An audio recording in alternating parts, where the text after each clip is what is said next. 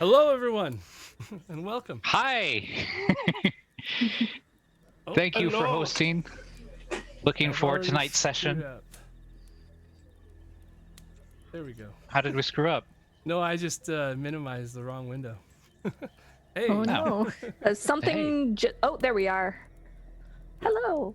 I mean, can we? Is it fair to really call it a screw up? Can we just call it like life? Just the intro. That's yeah. It's what my parents did with me. I mean, they just stopped calling me screw up and just started calling me life. Yeah, that's kind of how it goes. This show is this stream is alive now. It is alive. Welcome to saveVSgames presents Curse of Strahd. So this is our session 0, I guess, or session 1, because we ended up. Well, I'm Greg, and I'll be your dungeon master. Hi, Greg. This evening. Greg. As we follow the story. Hi, Hello, Greg. Everybody. I'll be your player. We're gonna follow the story of this wonderful group of adventurers who have unknowingly volunteered for a job that they are generous, highly unqualified for. What? We'll start off with a little recap of session 0 or whatever. Due to technical difficulties. And so 4 of our players have received invitations from Duchess Morwen of Daggerford to come to her castle for a wedding. But those invitations were really just a call for aid in disguise. So Cole, the proud Triton cleric, was informed by the Duchess that his brother had been to Daggerford recently. Cole is on a holy quest now and has been commissioned by the priests of Persana to hunt his brother Reef Obsidian down for reasons mostly still unexplained to his current companions. Duchess Morwen explained to Cole that Reef is thought to have been responsible for the deaths of 2 guards in Daggerford, and the Duchess thinks he might be related to the strange goings-on in the farms south of town. Cole and his father have helped the Duchess in the past, and he has offered to help her again, in hopes that he can find his brother's trail. But the companions he now finds himself with still do not know most of his tragic past. Because one's unconscious. One's slung over my shoulder like a sack of potatoes. We're almost there. We gotta get to that. Get to the potatoes in a minute. Midnight, our Warforged paladin, is largely unaware of their past and has spent many years now going on instinct. Some might call it programming, but to Midnight it seems more than just subroutines and pre-written code. They have wandered the Forgotten Realms searching for clues to their fragmented origins with nothing but a sigil and a religious scroll written by an unfamiliar church, the Church of Ezra. No one Midnight knows has ever been able to point them in the right direction. Without any guidance, they have tried to follow what they believe to be the Church's alignment and doctrines, and to be a force for good in the world. Although they do not know it, his job to investigate these farms south of town and determine who or what is responsible for these dead farmers and missing guards is actually the closest they have ever been to meeting their destiny and realizing their true potential.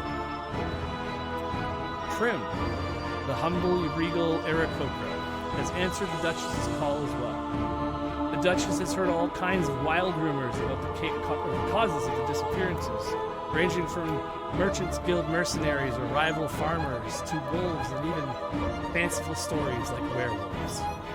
She needed a team to go search for her missing guards and the lost farmers, and she knew that Prim was looking for reports of abductions, especially if they're related to poaching. Prim has been haunted by the events of his youth, and they have shaped who he has become. Perhaps in time, he will open up about his past to his new adventuring companions. Mira was our last player to receive an invite letter from the Duchess. A bard who can sing a song of pain with her dancing blades, who spent the first 6 years of her life on the streets, who was adopted and used as a tool, is now many years later learning that her painful past was possibly somehow more tragic than she even knows. While receiving a prescient reading from a Vistani fortune teller at the wedding, Mira was shown images and visions that troubled her deeply. She was told that her mother was alive and was shown an image of a woman playing a lute with a strange symbol burned into the wood. Then she was told that her father was dead, and a vision of a Vistani man handing a baby off to Orwin, the man who became her patron and brought her in from the streets when she was just 6 years old. Orwin went missing about a month ago now, and Mira has been searching for clues, trying to save the man who has become a father to her, albeit an objectively bad father, but the only one she has ever known. Confused by what she had already seen, the visions shifted again, and behind her a giant wolf stalked into the wedding hall and bounded toward her. As the beast sunk its razor-sharp teeth into her arm, the vision abruptly ended, and Mira came back to reality to find the fortune teller standing beside the table, the crystal ball lying shattered on the floor before her feet. The fortune teller apologized for the troubling vision and told her that Madame Ava, a more powerful seer, would hold answers to her questions. She invited Mira to come to the Vistani camp south of town, as they would be leaving in the morning and heading back to their larger camp. Mira was shaken but composed herself so she could hear the Duchess out and hopefully find some tangible proof that she was actually on Orwin's trail. Now she finds herself with more questions than answers in a group of hired companions who is still somewhat suspicious. And last, but certainly not least, we have Chris. Our only adventurer who did not receive a letter is also not really an adventurer. He's a working man, a cooper, who builds wine barrels and casks for ale, repairs ships, and has become an expert woodworker over the years that he has spent working for his boss, Evan. After receiving the biggest contract of his life, Evan fell behind. The orders piled up, and knowing that Chris was a likable guy, he has asked his employee to go meet with their important new client to smooth things over. During this meeting, Chris was given a bottle of wine labeled Champagne de l'Estape and a letter with a wax seal. Eregal, this new Vistani client, asked Chris to deliver the bottle to the Duchess and told him that the letter would get him into the wedding. Eregal, departing for his camp, told Chris to come visit him after the wedding was over and let him know if the Duchess liked the gift. Chris was suspicious of this situation, and after a few drinks became convinced that he was being duped into delivering some sort of weapon. After conferring with the other guests of the tavern sitting at the bar, he decided quickly that the best way of action here was to open the bottle and test it. He offered them all drinks, and together a few of them enjoyed a glass of the finest wine they have ever tasted, even if they were too drunk to know it. Mira was inebriated to the point that she did not even recognize the bottle, even though she had seen it before, a lost clue that could have helped her piece some of her past together. Prim had his first taste of alcohol, even if it was just a small peck, and he didn't seem to mind it too much. Cole had abstained from drinking that night for spiritual reasons, received a glass of water with a sausage stuffed into it instead. Looking at the bartender with slight disgust, the Triton crushed some of the seaweed flakes into it to try to make it a little more palatable. but is clearly not satisfied with the human barkeep's mixing skills. After waking up the next day with a hangover in a tool shed that he mistook for a carriage, Chris did some quick thinking on his feet. Noticing that the wine bottle, the gift that he was to deliver to the Duchess, was empty, Chris asked the bartender for something to fill it. The bartender gave him the rest of the large mug of water still sitting on the bar, with a whole sausage and bits of dried seaweed still sitting in it. Chris filled the empty bottle and departed for the wedding with the rest of the Duchess's guests. At the castle, he managed to escape an arrest warrant by resealing the bottle with a candle, and then blended in with her other special guests as the Duchess asked them to investigate her lands for threats unknown. Later, during a toast to their success, the Duchess opened this bottle of wine, and it was not the refined grape blend that was aged to perfection that she had expected it to be. When Duchess Morwen retreated to another room to be sick and vomit out this hot dog flavored charlatan wine, the players all took their cue to exit the castle and get out before anyone had a chance to ask questions about the contents of the bottle that they had delivered. And so,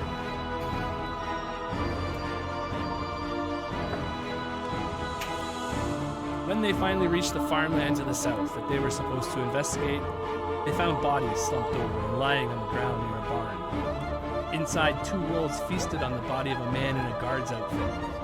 The party tried to dispatch these wolves so they could grab a seal or crest off of the guard as proof for Duchess Morwen of these people's fates. But the wolves had come in larger numbers than the party expected, and they found themselves feeling outmatched and debated running. When a dire wolf later showed up, things looked even more grim as the fog that they had seen in the distance was now closing in on them and blocking them off from returning the way they had come. Krim, thinking the fog was providing a way to hide from the wolves, flew right into it, collapsed, falling to the ground, choking for air. Cole, seeing Krim fall as he disappeared into this mist, threw a grappling hook and pulled the colorful bird from the haze to safety. After multiple blows and healing spells, the party was worn down, and when one of the wolves turned into a werewolf, the whole party agreed that running was the only option. The dire wolf and werewolf did not pursue them, but rather faded into the mist as the party moved down the road and spotted the dancing lights of a large campfire in the distance. It seems they have found this Vistani camp that Aragorn had invited Chris to, and Mira was told may hold more clues to the whereabouts of her patron. So we pick up there with a group of Vistani people, 100 feet away, gathered around a campfire, playing music, dancing. They seem oblivious to the dangers of the woods around them as the party wearily and haggardly approaches. Tired and beaten from this fight, but adrenaline still pumping. What do you guys want to do?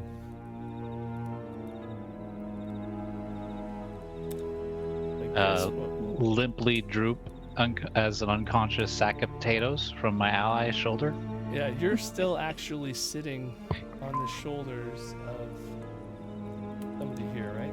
Midnight. I moved the player tokens around so I could get a good picture of everybody's health. I've been told we could turn down the music a little bit. Oh, okay. And I'm not sure I'm on the right screen. I can't see any of you guys. I can only see my own token as well. Yeah, same here. I can see We've everybody. been separated. We're all in alternate universes. We're in different dimensions. You're saying you can only see your own Maybe it's token? because we don't have a Correct. torch. Oh, There you go, a torch. but yep, that Sorry. fixed. There we go. Put the torch Blop. back. Oh yeah, it's dark. Krim, that common sense with the torch. Yeah, that's gonna happen. That's why I put the torches in your inventories. I see. Anytime you can't yes. see, then the first thing you should do is make sure there's light. Can't see. Put a magnet on your head and put a lamp on it. I might actually Alright. update it, like Pete was saying, where you get 1 or 2 feet of vision, of dark vision, so that it makes sense that you can see your own feet, maybe. But that way you can tell if you can't see because of light. Mm-hmm. Yeah. So, what can you see? I Oh, can I- see the group over here, and then I can see the campfire over here, and the dark fadings of what may be a wagon. Oh, I can see my full health bar. Way to rub it in. That's That's not right. Would you That like it is to be a just not full great. health bar? Okay, I don't have anything to heal anybody. Because I think we blew through all the healing. All right. Yeah, I need a long rest. I think we all do. Okay. So I'm going to turn to the rest of the party and be like, I'm glad we got out of there. You know, I have an open invitation with the Vistanis here, and I think that's them up ahead. Should we go talk to them? Maybe they have healing, so we can get this one awake. Yeah. All right, let's go. Let's go.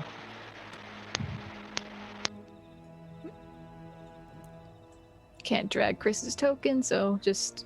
As you guys approach Scooching closer to along. the fire, you can see there's a few people playing some little musical, looks like lutes of some kind. They look more homemade than real actual instruments that have names, but they're still playing a pretty nice tune on them. And you hear the talk of laughter, and it's basically a nice jovial time that they're having out here in the middle of the woods. Laughter, drinking. As you get closer, you can see that they've all got a drink in their hand. Anybody who's not doing something right now. Okay. Do I see Aragol? Yeah, I mean, how far are you guys away?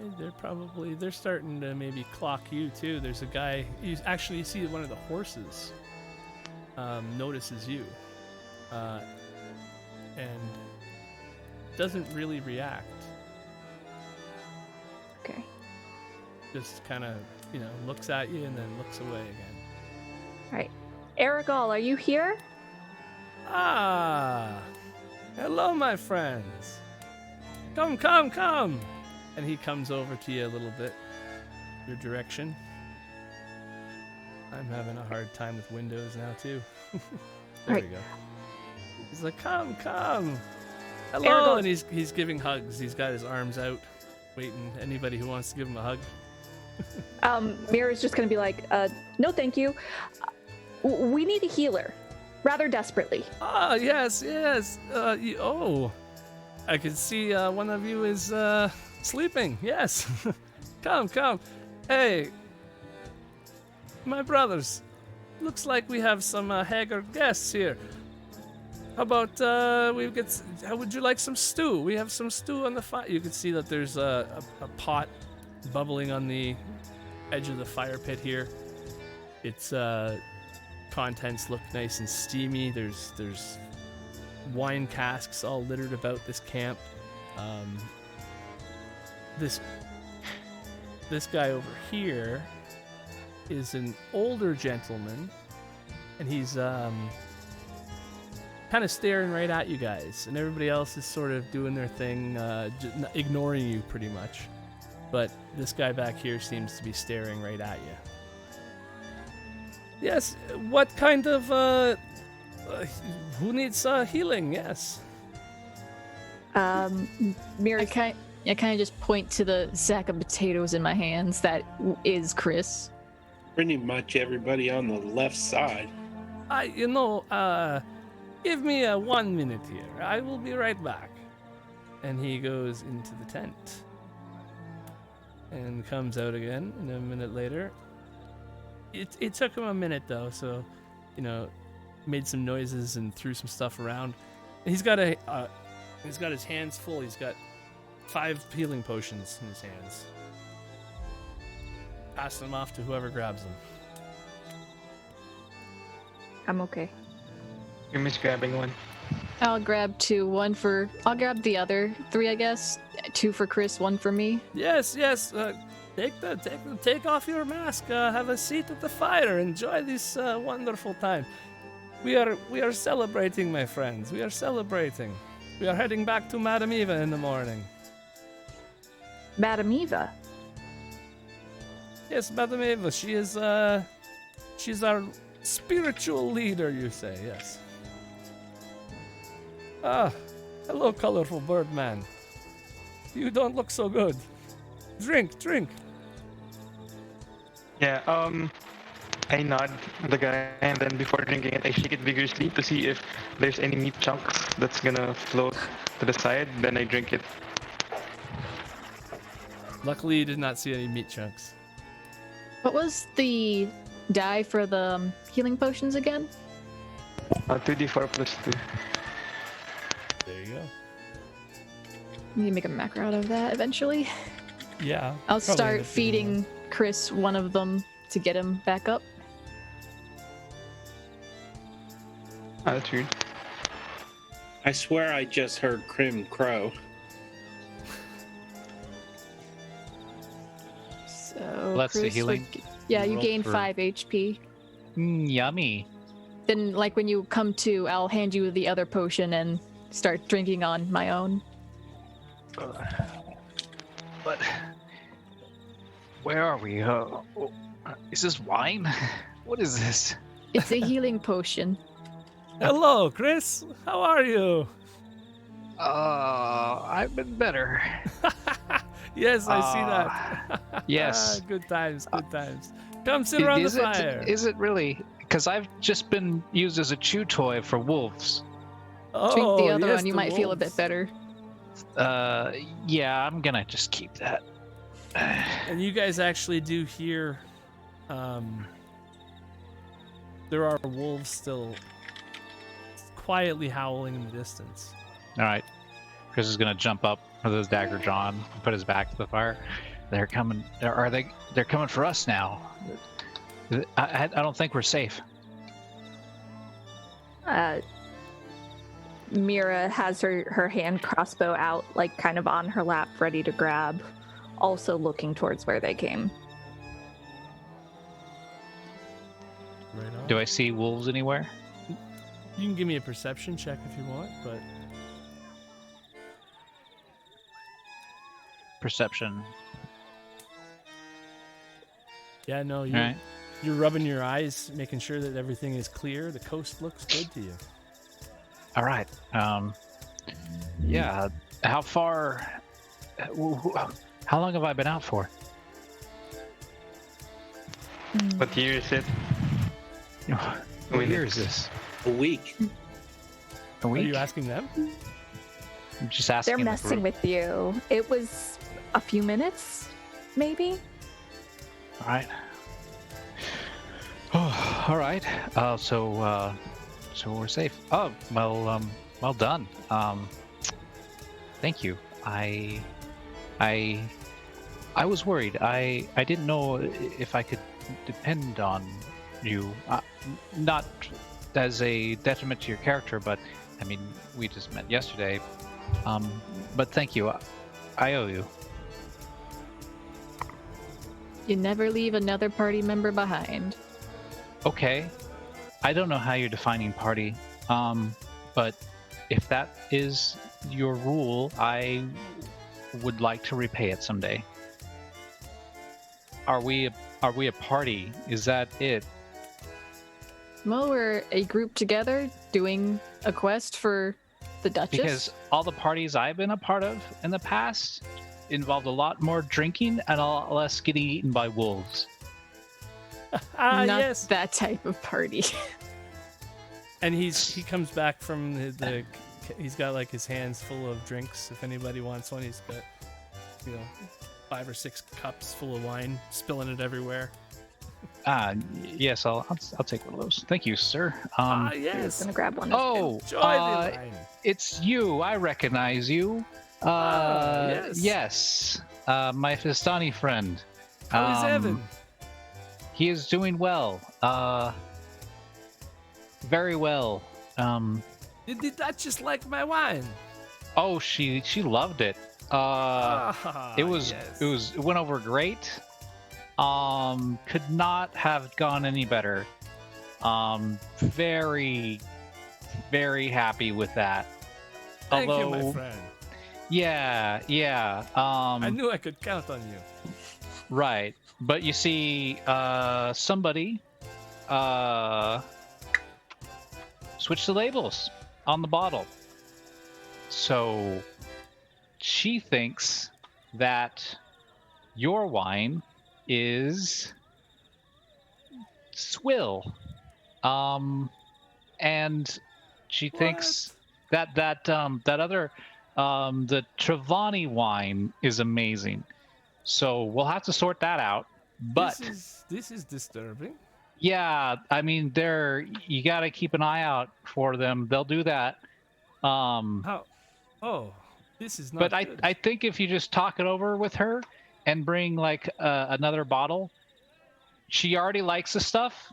She just got deceived. Somebody switched the label. Yeah, so there's a bit of a mix-up.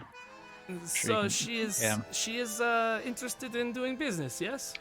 Yeah, she really likes it, and she just needs to be illuminated on the truth of your product. She's already tried it, and she already likes it. She loves it. She just thinks somebody else made it. So once we get that all cleared up, I must get in touch with her again soon. Then we can go. We can go right now. You know, we could just, if you want to. I mean, there's wolves, but if you want to come with us, help us get past the wolves, back to safety, where there isn't this. Well, friend, it is not advisable to travel through these Svalich woods at night, but right. But I really would like to get out of here. In the morning, this I isn't will head safe. back to Daggerford, and the caravan will continue on. They will go back towards Madame Is it now? I'm worried about this fog. All right, there's not right about this mist. We need to get away from here as fast as possible. Yes, the fog is it is a tricky one. Yes. Yeah. It's disappointing to see you here actually, this far out. I don't know what that means. I feel like there's something to unpack in that. Why are you disappointed to see me? No, my friend, no. It is long story for now. For now we eat, for now we dance, we tell stories and tales. Tomorrow we talk about the business at hand. Just gonna throw this out. We don't get eaten by wolves in the night, or whatever that mist stuff is. Very bad feeling about that. And we leave right now, and we don't die. How about that? Well, that is not a advisable plan. We sit with the fire. The wolves do not come. We have done this many times. The wolves leave us alone at night when we camp like this. The horses, they do not spook in the dark when we keep them still. This is how we Vistani do. Okay. Okay. Do I see meat tomorrow in their morning- campfire? First light, we will head to the Barovia. All right. Visit Madame Eva. Okay. You can feel free to come with us if you like. As long as there's walls and then there's no wolves. Yes. There are walls, yes. Then we'll go to this Barovia. Very nice. Very nice. I must introduce you. Would you like 1 minute here? Oh, kicking your torch. Would you like to feed the horse? Oh, my gods! Those are some colossal horse you have there. Horse? Are they? What breed is this? These They're are as the big as draft a- horses. They are as big as a ship. They are mighty horses. They certainly are. Is everything in Barovia this big? They scale with their pixels, yes? Paul has been feeding the horse seaweed cubes. Oh, They're not Okay. sure. They're not yet the final horses. They're just a a draft little horse. salt lick there then? They don't eat people, do they? No, not at all. No. No. He's No. This one's just like drinking from his flask and leaning on the horse and brushing it. You know. When he's too drunk to actually like brush the horse normally, so he's just kind of leaning his face on it and brushing it. I will What? pet the horse. Yeah, you When no notice one that- is looking at me, I'm going to cast Fog Cloud near where Chris is standing. Okay. So So that- Chris immediately freaks out and runs away and shouts, it's coming for me. It's coming. It's happening. It's happening. And then he's going to sprint in opposite direction from that, recklessly.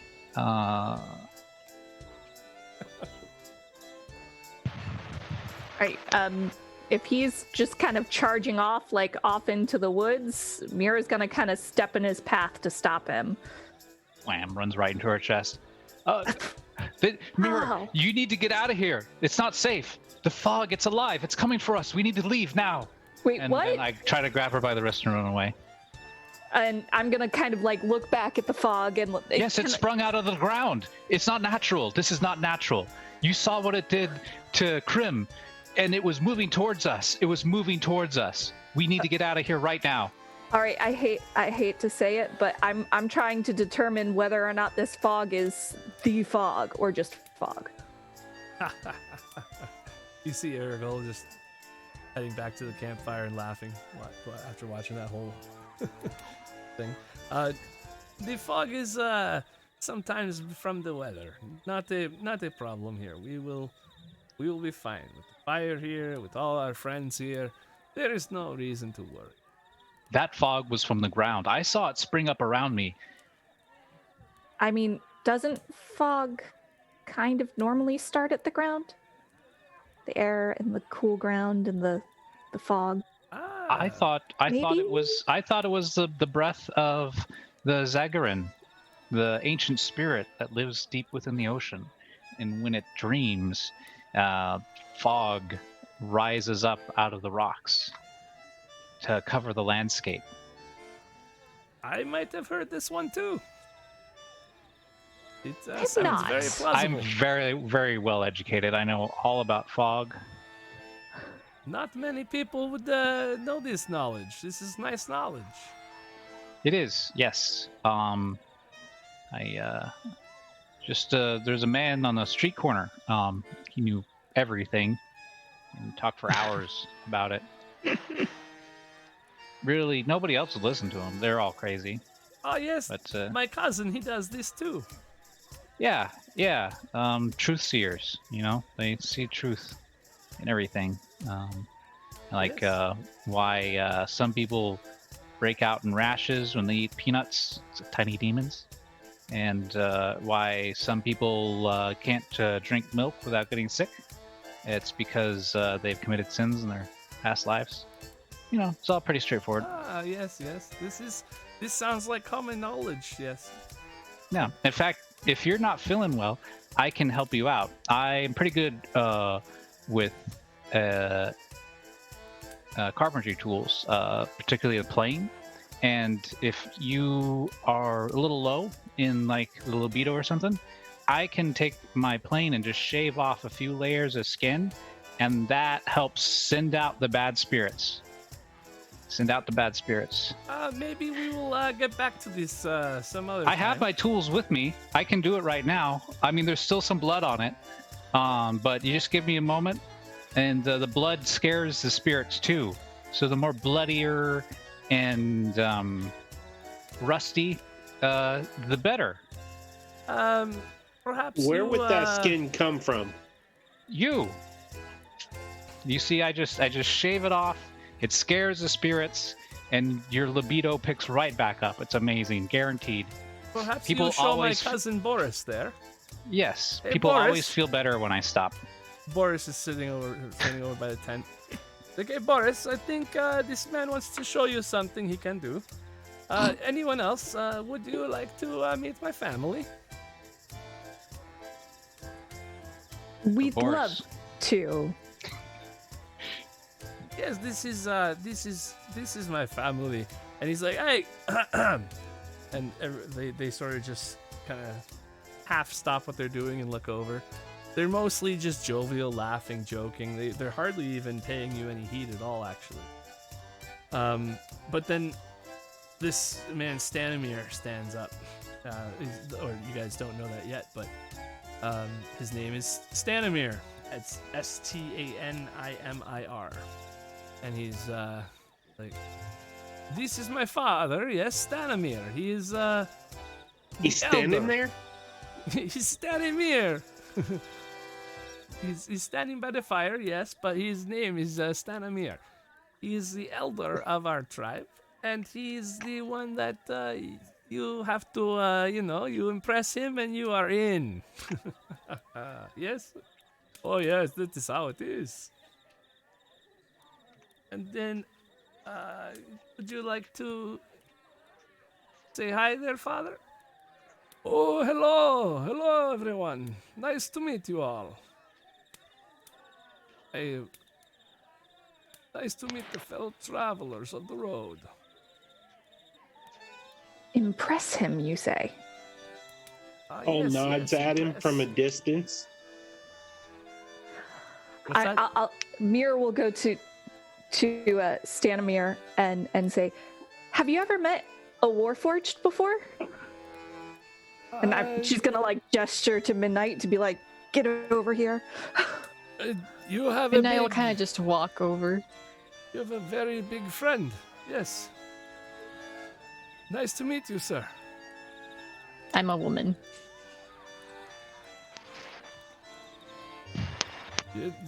She's that is impressive. Would you care to have some soup? And my family has prepared some wonderful meal and ale. Smells great. You have seat around fire with me, and we tell stories. Yes. That sounds lovely. However, I don't require food or drink. I don't require sustenance like the rest of the humanoids. He kind of stammers back just a little bit. He's standing years back. and he's like, oh, I have heard of you. Yes, you have these magical attributes and such. High maintenance, yes? Just a little bit of oil usually does the trick. These are crazy world we have here.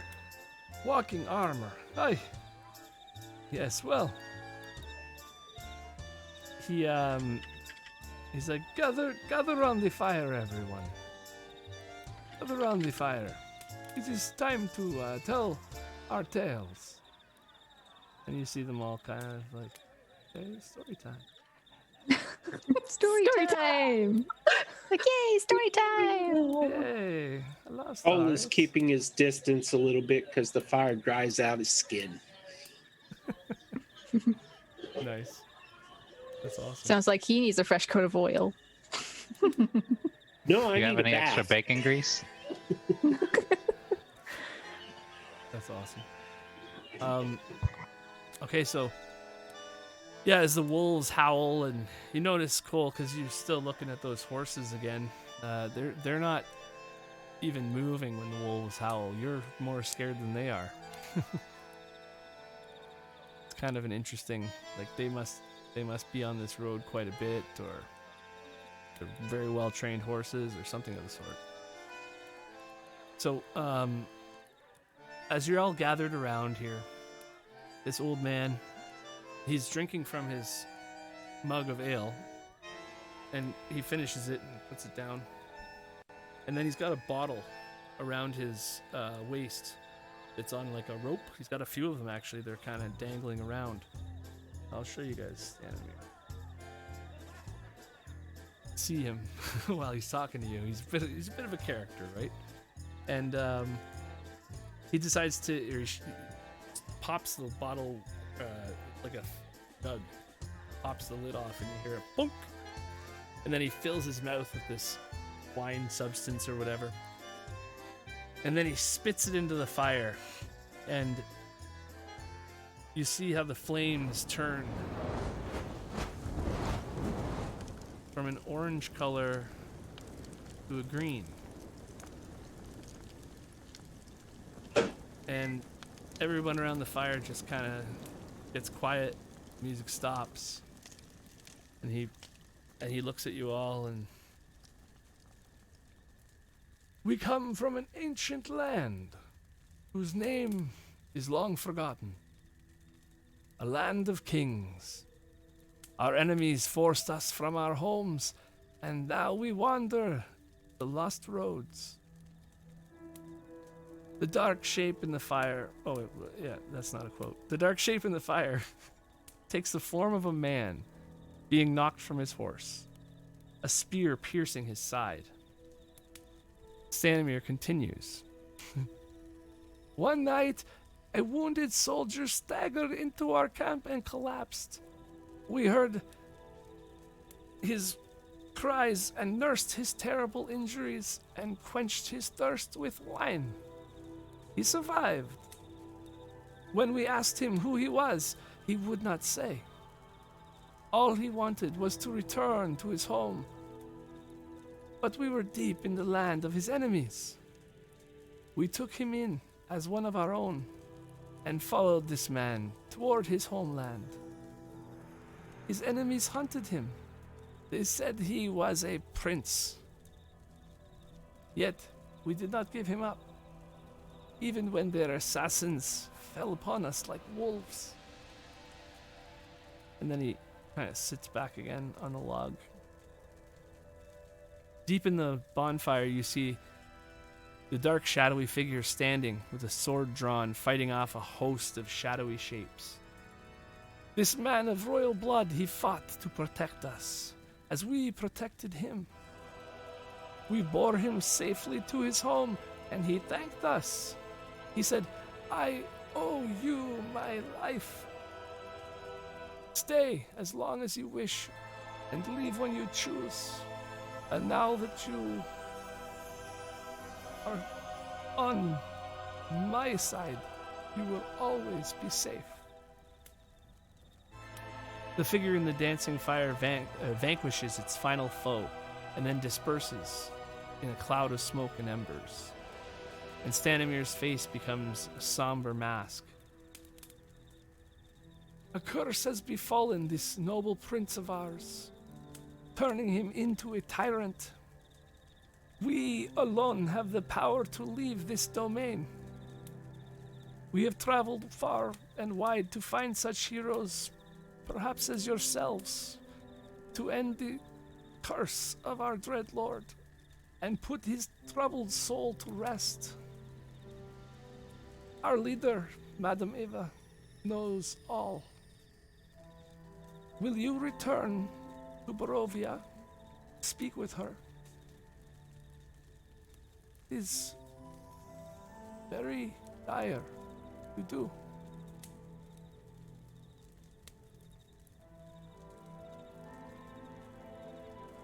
Mira will kind of lean forward towards the fire and towards I forget his name already, Stanimir, and say, I for one would like to meet this Madam Eva. I know that she would want to meet you as well. I'd say as long as it gets us away from these wolves and fog, I'm for it. Yes. After a while, at one of our camps, don't even notice the wolves anymore. But I do know what you mean. I remember.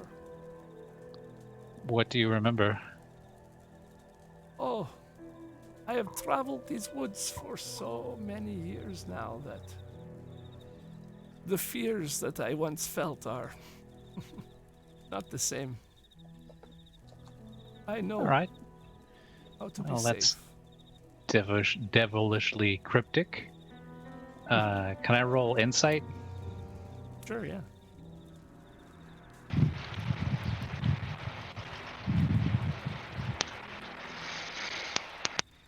I imagine you don't really see too much deeper into it than that. I trust this man implicitly. Yeah, he's telling mostly the truth from what you can tell. You can tell he's an old guy, and he doesn't look very scared of these wolves. Yeah, I mean, he didn't get to be an old guy by doing the risky thing or going to dangerous places, so he's worth trusting. Would you like to settle any more of your doubts about this journey that lies ahead of you? Oh, don't have No. all of your answers, but I may have some, and I would like to be of assistance in your quest.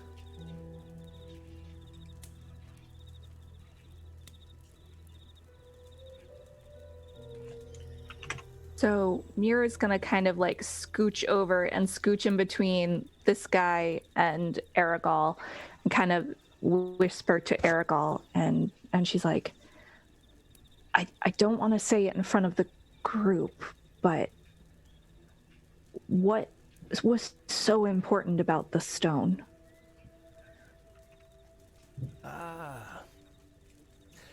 Yes, well, and you guys will be having like a whisper, but I'm not going to be whispering necessarily the whole time. But yeah, he's just talking to you, and he says how he explains to you how, like, my family, we are picking up where the pieces have been dropped. Yes, there are lots of folks in Barovia who are struggling, and the wine seems to be a good way to lift the spirits of the people in such dark times of change and times of struggle. But without the gems, it can be difficult to grow the grapes for the wines. So they have become rather important to us. We do not have hope of continuing this business without reacquiring this gem. We are hoping that you are our ally in this. Orwin certainly is. Is he telling the truth? Do you think Mira can tell that? Yeah, give me an insight check. Yeah, I mean, you can tell he really, when he mentioned business, you saw his eyes sparkle just a little bit. He really did seem interested in his venture. She'll go, well, I can't promise you anything. The safe was empty. If but everybody I'll wants to give see me what a I quick can- perception check too, while they're talking, because Stanimir is actually paying attention to them, and well, yeah, Or more than we did. the torch. The torch is very perceptive. The torch sees all. It's got 20/20. That's pretty good. Okay, well, Mira, you and the torch both notice that Stanimir, who's standing behind Aragol, kind of gave a kind of like, who cares, kind of stop paying attention to this conversation sort of look when Aragol mentioned that, you know, his family was doing this business. Like, you know, it might be not a whole family thing. I get the feeling Stanimir is not a fan of this venture.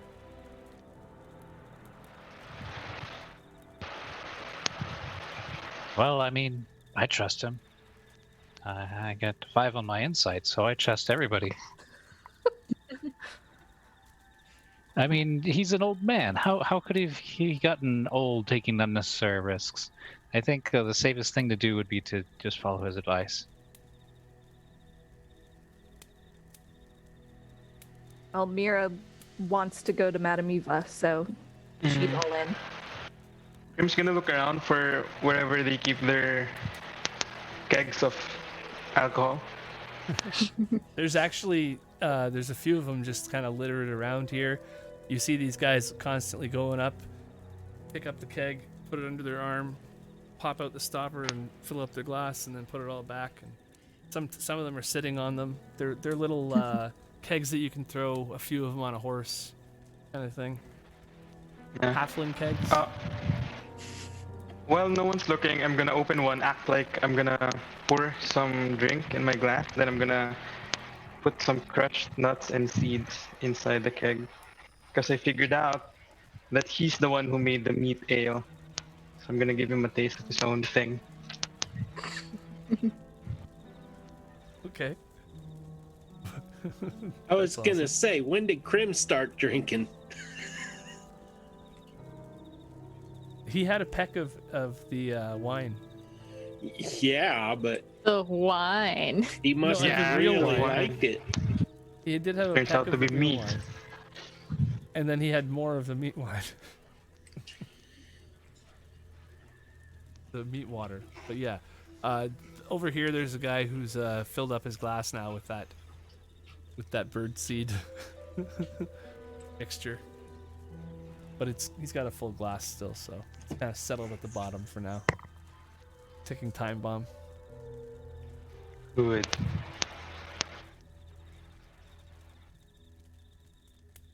So yeah, the you see over here is a woman that Stanimir is paying attention to and talking with, and he says, you know, out loud to everybody, kind of thing. I never introduce my whole family to you. This is my daughter. Her name is Damia. She's a seer as well, much like the one you met at this wedding I have heard about. And my son over here, his name is Ratka. And he's like, hello, my name is Ratka. And he's, he's wasted. And Radka. he does a cheers with the guy next to him. And he's like, hey, what's the other name? Hello, my friend. Hello. How are you? I am well. Cheers. Cole have is a drink. basically trying to hide from the fact that he was scoping out the backside of his sister. Well, she didn't notice, so you're good. Green hair does something to him. You're still looking at her? Like, you met my sister, Damia. It's like, Oh, hello? I know, I have not. Hello, my dear. Blue man. Hello. I hope thou art doing well. Oh, yes, very nice. Wait, that's your girl voice? She's a girl Vistani fortune teller. They all sound the same. What's that, Chris? I'm sorry, my friend Chris needs me. Do you like women with chest hair? So yeah, they're just having a good time. These guys haven't even really paid 2 minutes of attention to you this whole time that you've been here at the fire. And so yeah, they're just kind of hanging out and doing whatever, drinking. There's a few of them these two guys start having a bit of a dance off, and they're like, doing like some jigs stuff, trying to like outmaneuver each other's footwork. Mira will pull out her lute and start playing an actual like tune for them while they're dancing. And then this guy will join in too.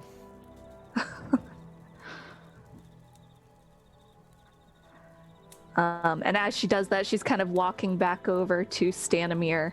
So like she's playing her lute, walking back over to Stanimir, and like as she's playing, she's not really paying attention to what she's playing. Whatever kind of jig she's playing at this point is muscle memory for her. And she'll turn to Stanimir and go, so about this curse. Hello, yes, the curse. Any idea on how to break the curse? Well, our Dreadlord has been cursed for many, many years now. And What's a dreadlord? oh well, he's the prince we have saved from the mists, from the death that he might have faced. And you call him dreadlord? Why do you do that? Seems Well- like you'd want to give him an honorific, like. Does this wine taste a little nutty to you? It tastes like really hot. Yeah, it tastes like birdseed for some reason. This is a problem in Barovia. Yes, that's why we usually bring wine in, because Barovia wine, it does not have the same taste it used to. But you ask a question about our Lord. It is an honor to teach you of his greatness. You see, he comes from a royal bloodline, yes? His father is the great King Berov, who was the once ruler of these lands. Before many years before Strahd was ever born, these lands were taken over and the people moved, displaced from their homes, some even killed. Our great Lord, he came through these lands and saved everyone. Salvation for everyone. It was a bloody war, though. And naturally, the locals, they have come to know him as the devil. It is not something Hold on there. I feel like there's a bit of a jump here. He went from being the savior and conqueror of this land, and now everybody reveres him as the devil?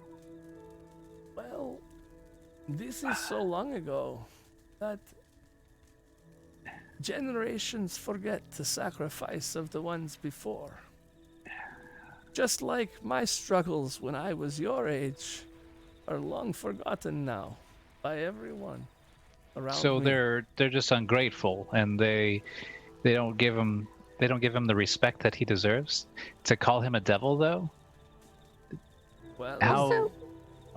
this Just is, how old is this man? this is where the curse comes in. You see, you must speak with Madame Eva to learn more about this. I am not one of these seers, right? I tell you what I know, but I do not want to give you the wrong impression. Madame Eva is the one who knows all. Your daughter is a seer. She is a young seer, though. Yeah, I can see her right there. Doesn't that make her eyesight better? Sight comes with age when you are Vistani. There's a couple of shoulder ribs. Yeah. Buddies. All right. Your ways are mysterious and unknown to me, but as long as you can get us out of here safely, I don't see any wrong with it. Yes, we will travel down the old Svalich road. It will show you our great valley in Barovia. We'll bring you to the village of Barovia first, and then farther down the road, we will come to Valaki and Madame Eva. And that is where you will learn all you need. For now, it is getting late.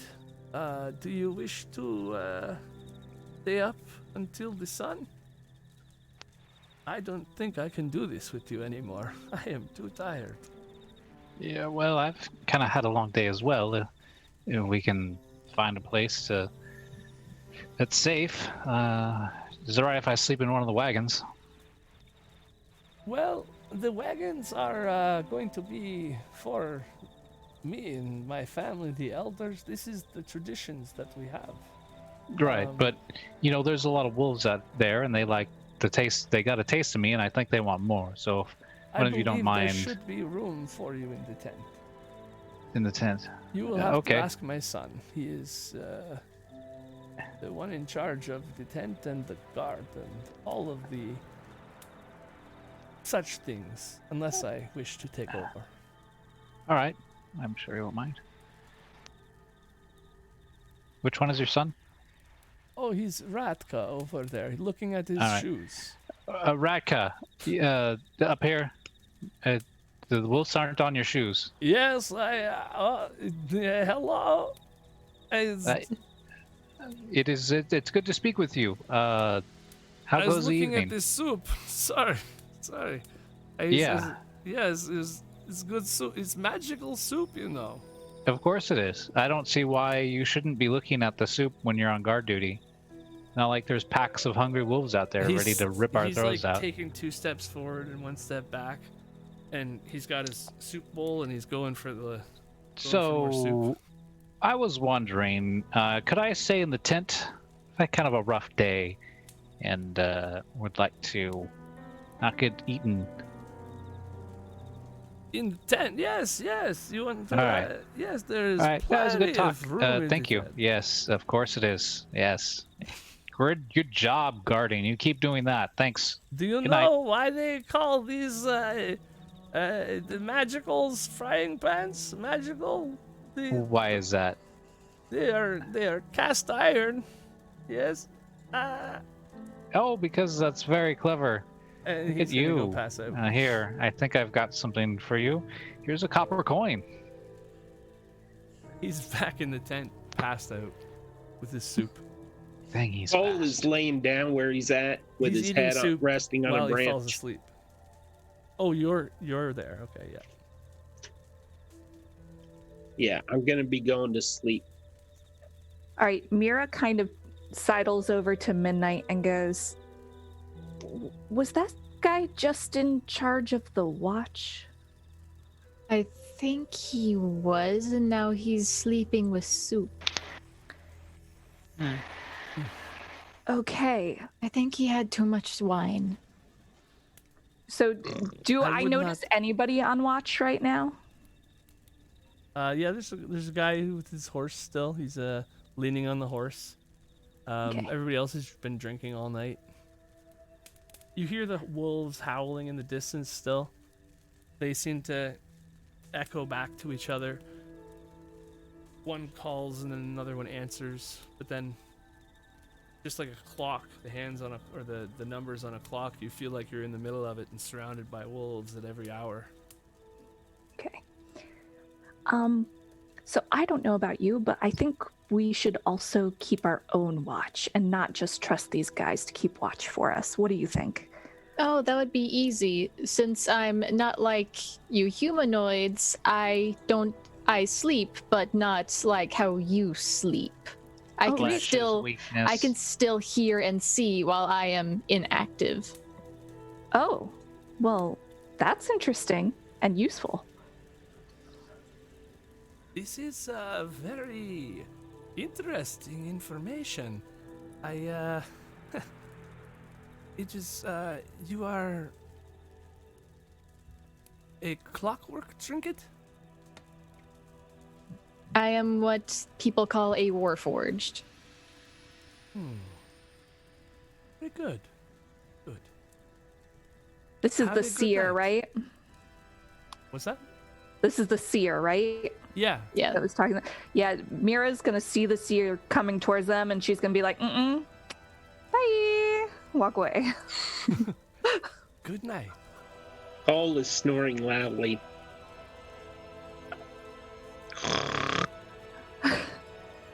I'm just gonna perch on one of the trees. Midnight's just kind of stay sitting and entered like her sentry mode. Well, as she like enters sentry mode, you see the bright blue orbs kind of dim a little bit. All right, Okay. and as mode. the night kind of winds down, you know, Mira goes from playing this jig on her lute to kind of, you know, gently slowing the music down, more of a quiet, peaceful sound. And when she thinks that nobody can really hear, she'll start kind of humming to herself. And you'll hear something that goes a little bit like this.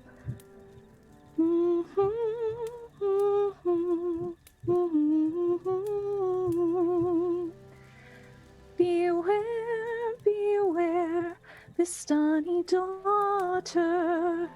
Beware, I heard him cry. His voice carried across the silver moon as he cried up to the sky. When he did flee to save his daughter's life, one hope he had for her, because he'd found a fate worse than death. His precious daughter he'd give up. I heard across the moonlit trees the woman warning me. Beware, beware, Vistani daughter. Beware, beware of me. And then she'll kind of just kind of. That was really good. Thanks. I'm sure Midnight will talk about it in the morning. Paul had his head turned toward her, a tear running down. And then she'll just kind of like, she kind of plays herself to sleep against the trunk of this tree. That was beautiful. Yeah. Okay, so I'm all like, okay. These guys are all passed out by the time you finish playing your guitar or lute. Loot. I'm not gonna ask how you sang that well and played lute at the same time. Bards, man. Mira, Bards. yeah, I had Mira like can a, do no, it. it couldn't be Stephanie lute. cannot. No, lute is fine. Flute is Right. because I remember you had a flute before, right? Yeah. Okay. Yeah. No, I just wanted to make sure I wasn't crazy. Okay, yeah. So you guys are all kind of asleep, right? Is that kind of how what we're doing? Kind of, roll except yeah. for Midnight still being perceptive while inactive. Right. Yeah. You guys can roll some hit dice if you like. So it's a short rest. Mend your wounds or whatever. Is it a short rest or a long rest? Long. Currently, well, you're gonna have a long rest, right? Right. Because you wouldn't need to roll hit dice if it's a long rest. Oh, right. Okay. Yeah. Sorry about that. Sorry about that. Back to full, everybody goes. So I'll wait until you guys get that done, so they don't start up. Oh, I great. should be ready. I unticked all the uses of emergency healy heals. Yep. I regained all my punches. Boom. Here. Where's my long rest button? Oh, you actually use that button? Oh no, the fog. The mists. Uh-oh.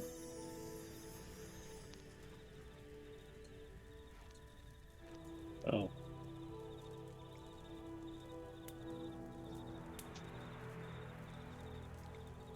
Okay. So, a couple things happen when you drift off to sleep. A few hours after everyone's gone to bed, this fog begins to roll in, and the fire flickers and struggles for life. Midnight, who's been keeping watch and making sure, to keep it going, keep putting small logs on and stuff like that. At times, Midnight, you notice that the fog comes in gusts, and it rolls in and to the point where sometimes you can't even see your own feet. Midnight did not, however, see in her time when she was monitoring everything, these Vistani even leave. They must have pushed off at some point when the fog was at its thickest. You're not quite sure. Perhaps the fog scared those horses away. Perhaps you didn't even... You're trying to put all this together. You didn't hear the horses moving. You didn't hear a wagon. You didn't hear any voices. The only thing you have heard all night is the sound of wolves howling. They seem to be still everywhere around you. And then as the sky starts to brighten up and the night sort of becomes day again, you can see how, the shift of the hue of the sky and everything. You can tell the fog around you is still thick, but it seems to be more lightly obscuring now rather than heavily obscured. And Midnight, with her sensor abilities, has determined visibility to be about 60 feet. And so the rest of you all sort of wake up in the morning. You got this chill in your bones. The fog in the air, you can switch out your backgrounds as well.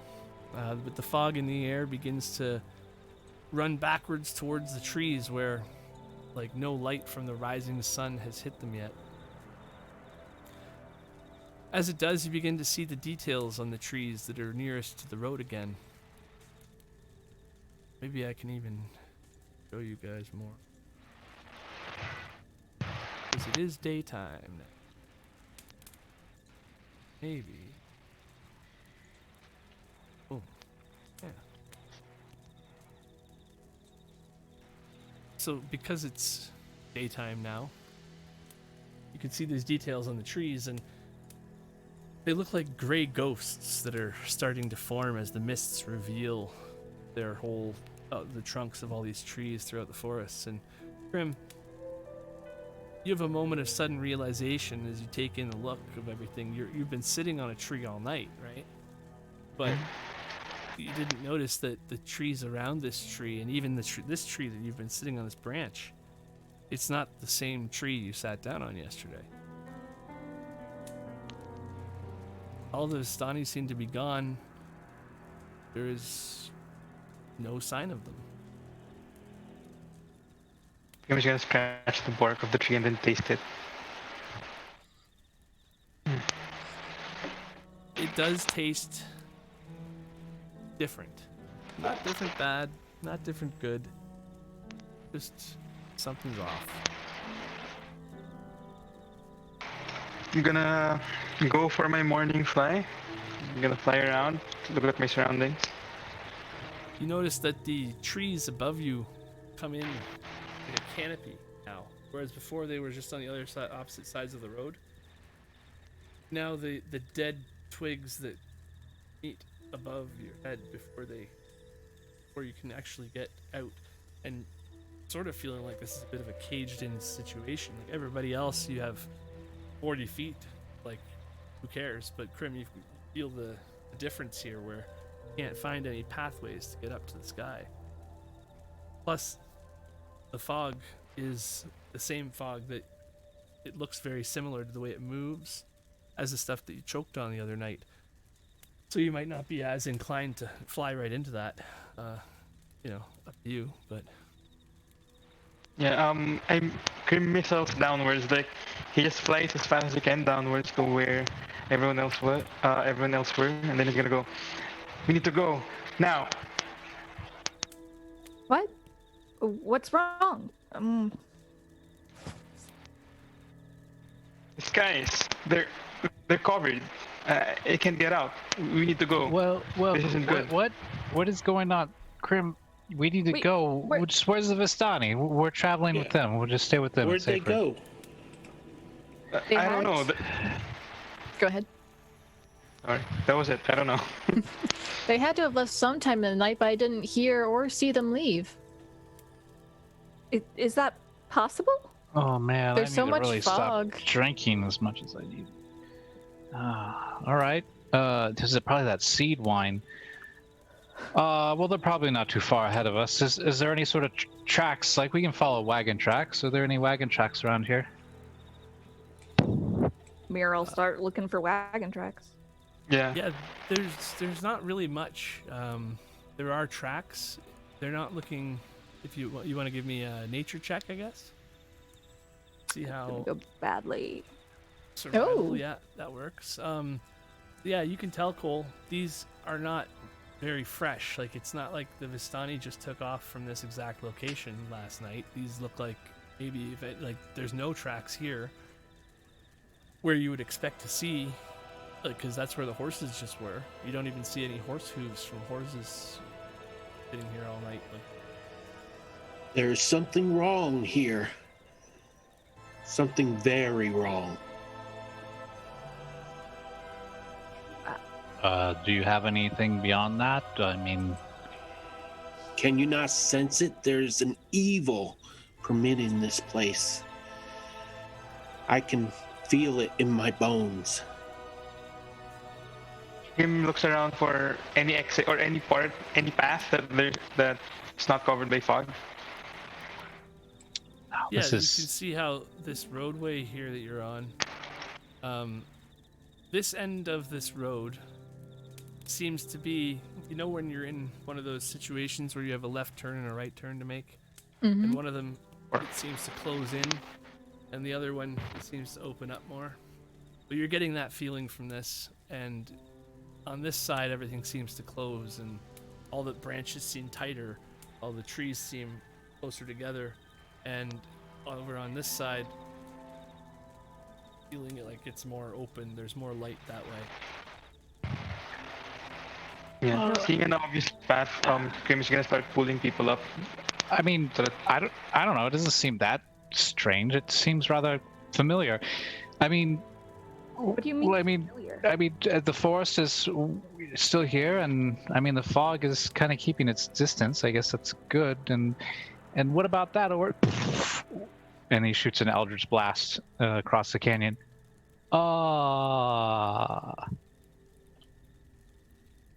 Could do that the whole time? No. Okay, That so describe is- what just happened as far as visually.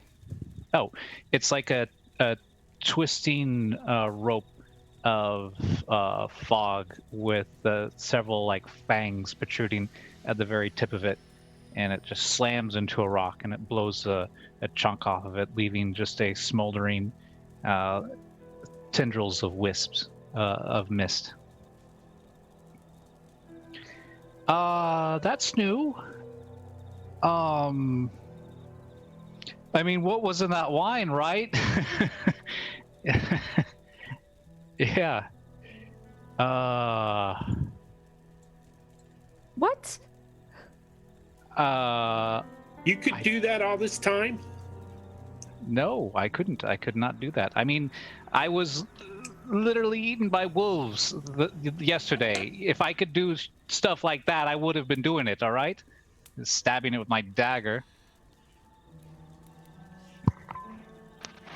I mean, would any of us have any idea what that was an Eldritch Blast specifically, or was it just something random that he suddenly was able to do this morning?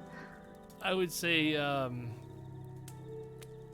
give you, if you're a magic user, I'll give you advantage, and everybody Okay. has to give me an Arcana check. DC 15. Advantage Arcana? I can attempt. Yeah, same. I'll do attempt. this. -1. Oh, 18. That's not bad. Boom. Yeah, you can tell that that's sort of you've seen some darker magic that has similar effects to that. Doesn't seem to always be dark, but from what you're getting a feeling of, like, that's not from a happy god. Okay, That's so not from happy. Kill the beast! so knowing that, like, she is going to kind of like grab him by like the collar of his shirt and like put one of her daggers up to his throat. Cole is pulling out his trident of persona and holding his shield up.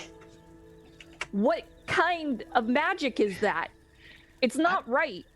if this is about the other night, I'm sorry. I mean, I just didn't think it was a good idea. You know, you were drunk and I didn't want to, take advantage. I'm sorry. What? No, I'm talking about that magic that you just shot from your hand. Oh, of course. Yes, that's what I meant to say. I have no idea. I'm sorry. If I knew, it's just this. I don't know. I just woke up and I just kind of felt like all this was familiar. I felt invigorated. I don't know. What do you mean familiar? As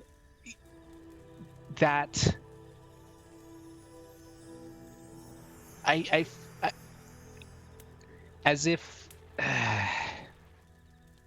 Insight check. it's familiar in a there's a seeping nostalgia to it. As if like deja vu has come to live with me. All right. Does Mira think there's more to it? Can I roll an insight check? Okay, so Cole, insight check. You can see 14. he's a little confused as well with the look on his face. You don't trust him completely, but you don't distrust him either. You can tell he's not completely lying to you.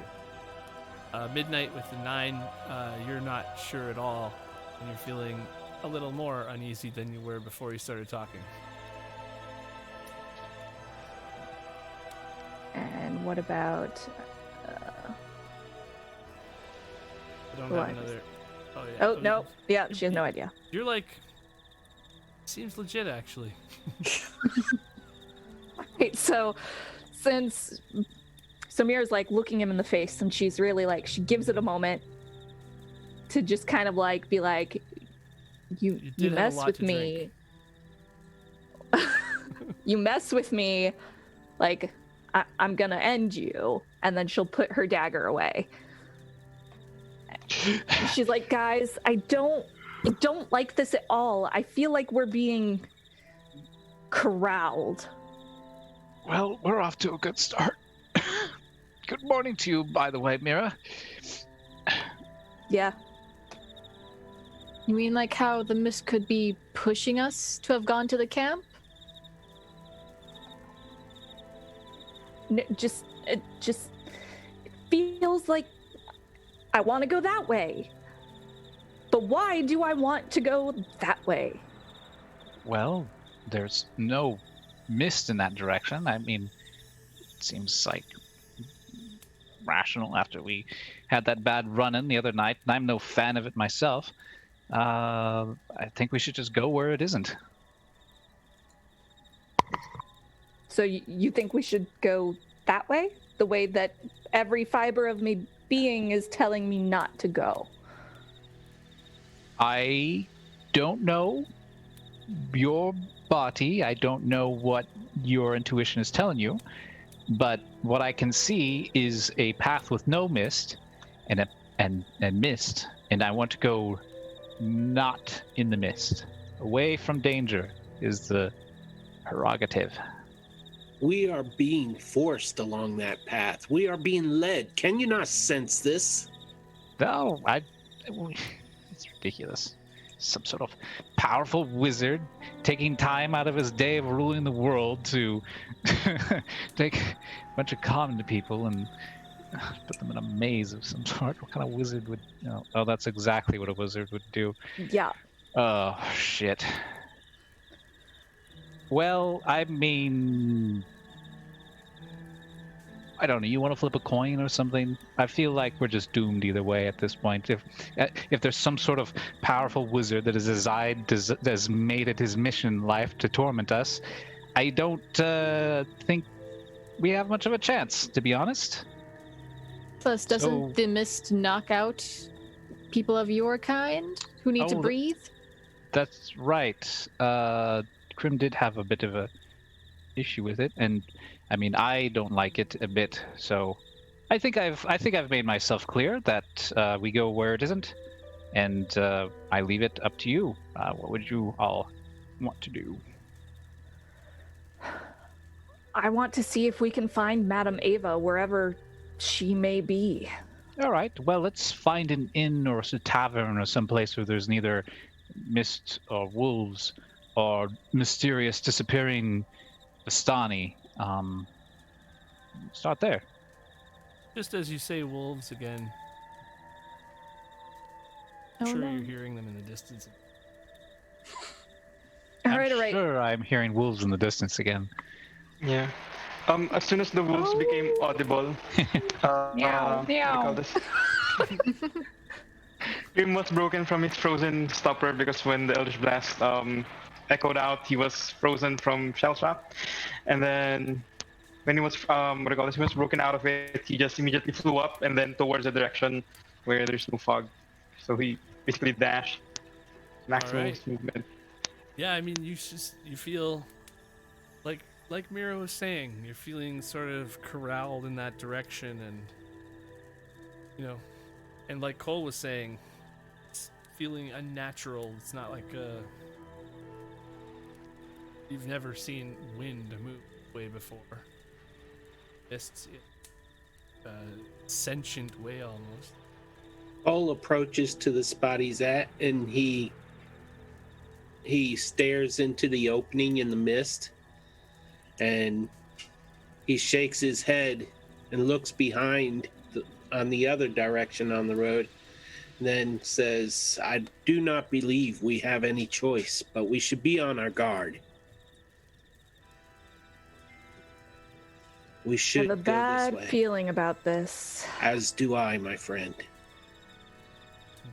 Well, as you guys start to move along this road, you see that the road behind you, every time you kind of now and then you take this look back every few minutes or seconds at first, and you start to see that it's kind of like when you were fighting the wolves, and the mist seems to be moving with you. You think maybe you can see your campfire still as you move away from it, but even the campfire seems to be absorbed by that same wall, and when you're close to it, it just feels like you're being lightly obscured by it. But when you come up on one of these, for lack of a better word, borders where this mist is roiling like it's coming out of a kettle of hot water, or watching the constant flow of fire being put out, there's just constantly roiling and bubbling mists all blocking out sort of a lane in the trees even. Really, as you have time on this road, you're realizing that there's nothing natural about this. You are being directed towards this area. And as this happens, the mists in front of you slowly begin to clear up. It stops becoming so obscured. You're able to actually see like a regular day almost in the distance ahead of you. And as you come down the road and around a slow bend in the whole thing, you notice that something's approaching in the distance. Looks like a mountain maybe? Hard to tell exactly. But then it sort of comes into view, this wall, for lack of a better word. It's not a mountain. Carved something. And this edifice stands before you as you come out of this tree line. See, that's good news. We're civilization, just right around the corner. If there weren't people here, there would be no walls. And how long have we traveled? You've probably been traveling for like an hour this morning. Something like that. Anybody else concerned by the fact that they have no heads? Oh, they had heads. Look, they're laying right there upon the ground. Somebody simply smash them off. I mean, yeah, that looks like a bad sign, but it's better than wolves, I guess. Are there creatures on land that can reach so high? I mean, giants. Are If you just stumbled upon teenagers with chisels, I think. Siege weaponry, possibly? Oh, yeah, I guess that could do it too. As this fog spills out of the forest and swallows up the roads behind you, ahead Jutting from these impenetrable woods on both sides of the road are the high stone buttresses looming gray in this fog. Huge iron gates hang on stonework. Dew clings with cold tenacity to the rusted bars as you come closer and closer to these giant gates. Two headless statues, which you've already noticed are headless. They're flanking this gate, and their heads are now lying amongst the weeds, and you have to actually walk around one of them. Can I look at it? Do I recognize it? Yeah, it's faded now. It's not as intricate as it once was, but it's not really a discernible face that you know. Hard to tell. It's just sort of like large stone head. Got it. As soon as we found the break in the canopy, I fly straight upward to look around, to feel the sky. Yeah. And You notice that the clouds are a little lower than they should be. You can get up a couple hundred feet here, but after that it starts to feel a little odd. Start to kind of want for air, and you have to turn around if you want to not do a constitution check, you feel. Yeah. Cole is going to examine the base of the That's your statues, free look one. for any kind of ruins. So yeah, as you get closer to these statues, it's really creepy actually. You sort of pass beyond a threshold, after which all of a sudden the gate opens on its own in front of you. Oh, magic. See these? Magical gates? Yes. There's supposed to be some place filled full of. See, wizard is messing with us. It creaks open while you guys are talking. It's still opening. It's creepy. Well, I mean, if they didn't want us here, they wouldn't have opened the gates. So, I suppose this is a good sign. I mean, maybe they're just a little down on their luck. You know how things are these days. What with the economy and all. So as you guys, How much have you had to drink and what was in it? I don't know. Somebody poisoned my wine last night. I feel it's having some ill effect.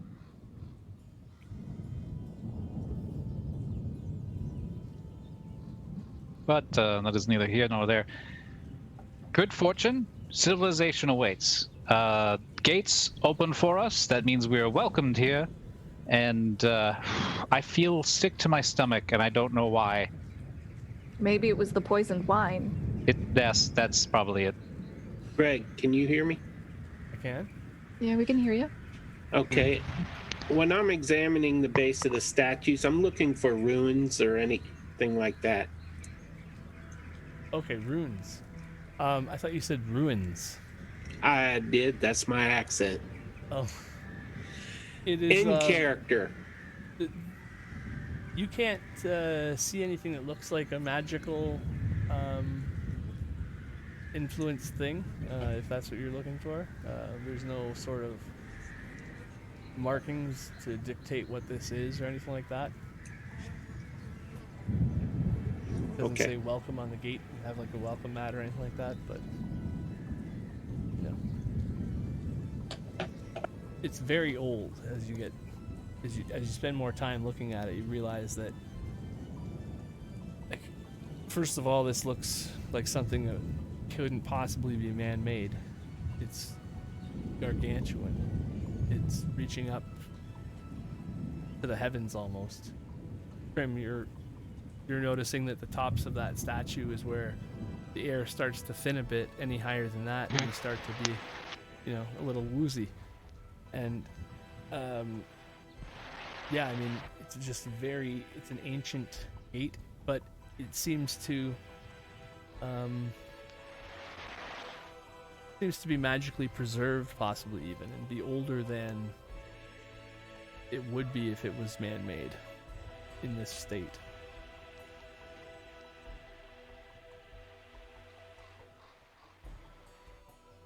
Go down. I'm more calm than before. Then I go, well, the sky is broken. Guy is broken? Broken how?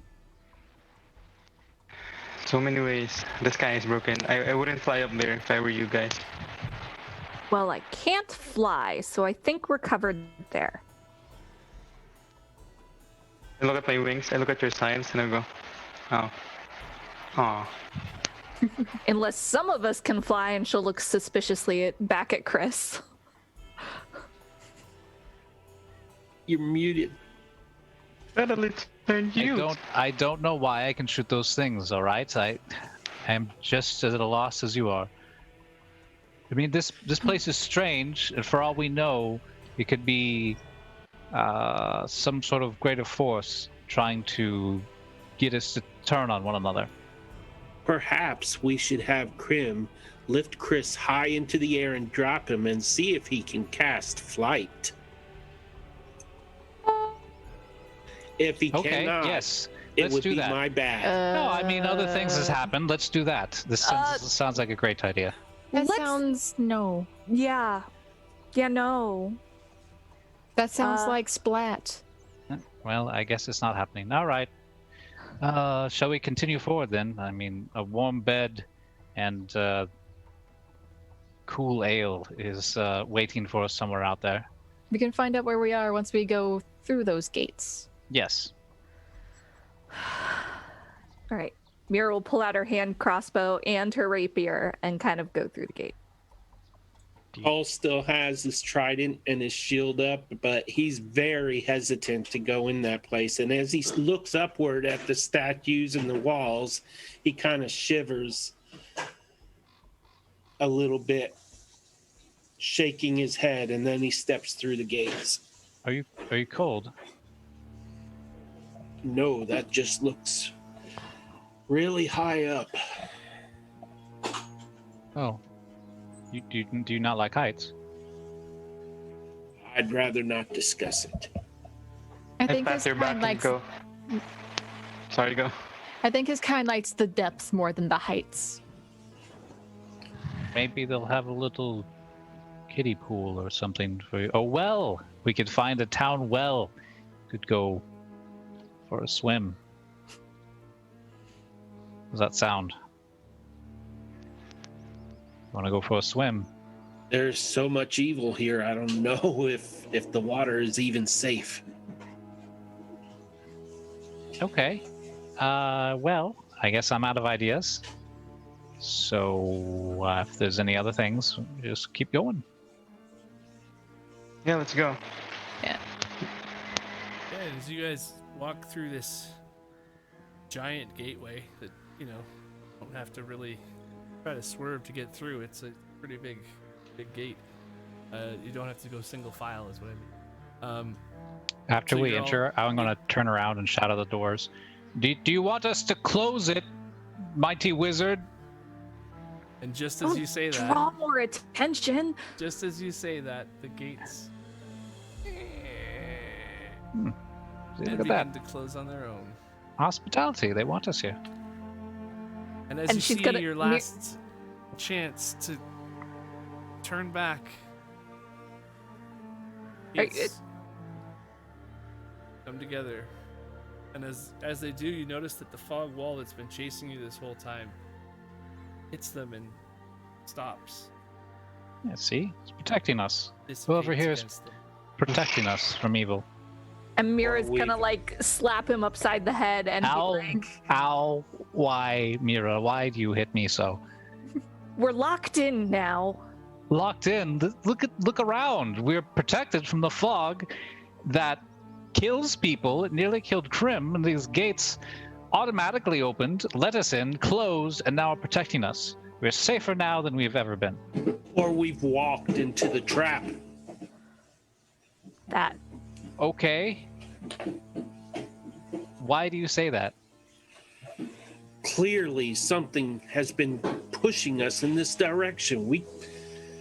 Yes, to our safety. I squint and look at Chris. You like that we're here, don't you? I mean, I can't explain it, but it is familiar.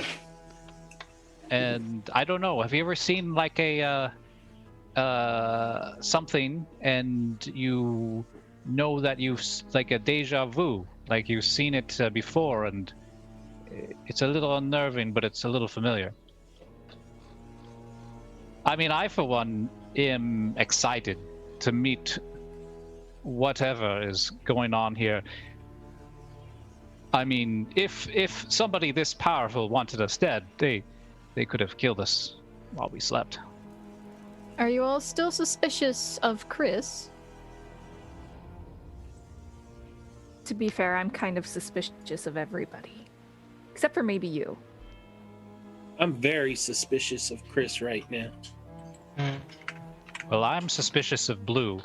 As you're all looking at each other He right swiped- now, you got this sort of, this eyeball circle going on while you're walking down the road. And while you're doing that, give me a perception checks with advantage. Oh boy. Because you're right now, like, looking at each other and trying to read everything. Eagle eye. And eagle eye. We're Awesome. examining each other. Well, you're looking at each other. I'm not. Well, I assume while you're talking, but yeah. That's good enough that, a few of you sort of spot this. There's up ahead on the road, just off the road, like a foot off the road, you see a leg hanging out into the road. Just a leg. It's it's got a boot. Leg and a boot. Is the leg attached to anything, or is it just a leg by itself? That's a boot. If you want to go and investigate it.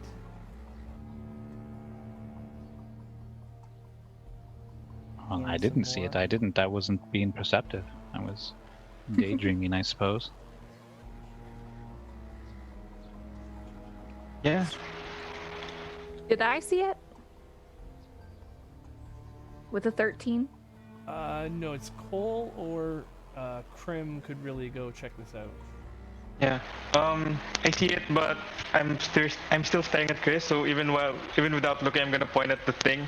It's probably at my side. I'm gonna go, look, there's a leg, and I'm gonna look at how Chris reacts. Oh, Thunder, is that leg attached to anything, or is it just a leg? It's a boot. I'm gonna pick up a stick, and I'm going to poke the leg.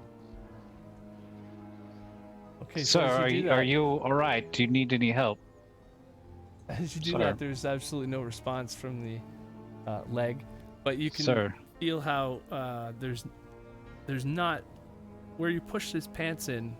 There should be more substance there, and his pants sort of flop there a little bit. And it's He's more like a bone than. all right. Well, that's squishy. Oh, Thunder, this is disgusting. As you get I think the close to it, fellow's you're dead. starting to smell. Well, I'm poking it with a stick. Is he dead or not? It's half buried in the ground. He's definitely dead. All right. This fellow's dead. It looks like somebody kind of put a few shovelfuls of dirt on top of something. Definitely that they had just murdered. dispatched. All right. No, I've heard this human expression before. I think he's what you call a thespian. Probably succeeded in breaking his leg. Yes. A Well, thespian isn't a bard? I don't know what Yeah. killed him. Can I make a medicine or some sort of investigation? Yeah. You can. Well, how do you want to investigate? 'Cause right now you just By got a leg. poking him with a stick. Well, that doesn't really stick tell of you too much inspection. medically, except for the fact that there's some rot going on there. You mean the popsicle stick? My This doctor's is- been sticking in my alright. mouth. Hasn't been doing anything. Well, Kola this is walks disgusting. forward and grab the foot, get a good grip, and just pull. And as you Cole, do this, why? you get this terrible, terrible feeling, Cole, because you And you're notice- suspicious of me. I'm touching the boot. You grab the boot and you pull as hard as you can, or relatively hard enough you feel. And as you do so, you see the skin tone of this corpse as it comes out of the soil, and you'd recognize this man Why? anywhere. It's your father. Holy shit. Whose father? Your father. Spitting image. He's there right in front of you. Like, even younger than he was when he died.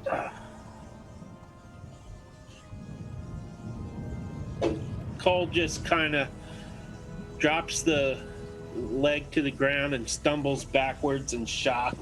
And then as you do that, the whole thing sort of dissolves and bubbles into ashes and then maggots, and they crawl away into the ground. Well, that was unexpected. Don't think this is a Persona, disgrace, save Chris. us.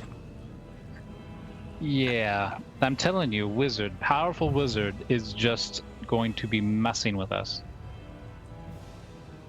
We're What? like rats in a maze.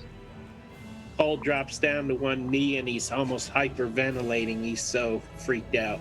Oh, are you okay? What did you see? Did you not see the skin tone, the No, I didn't. face? As What soon was as left of you- the face? You grabbed the leg and yanked on it. I raised my arm to protect myself from viscera. What did you see? Did It you know was who my that was? father. How did your father get out here? I do not know. When is your father? Was it up until this point? Was your father still alive? Is this new? My father was murdered by my brother. That is why I'm here. I am seeking my brother. How long ago was it? Was it long ago? Did you just figure this out just now? I don't have any knowledge about you and your past. It was only months ago.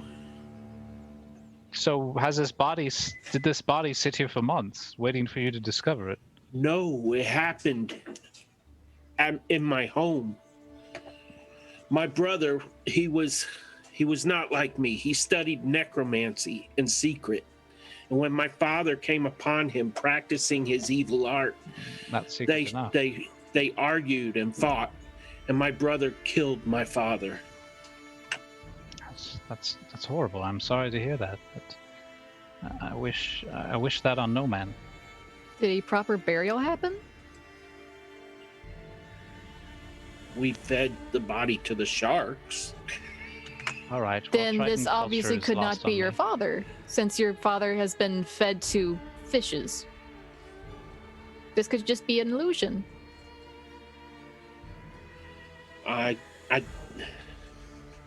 He's obviously so shaken he can barely speak. He's trembling. He starts praying under his breath to Persona, asking for strength, and he just doesn't know what to say.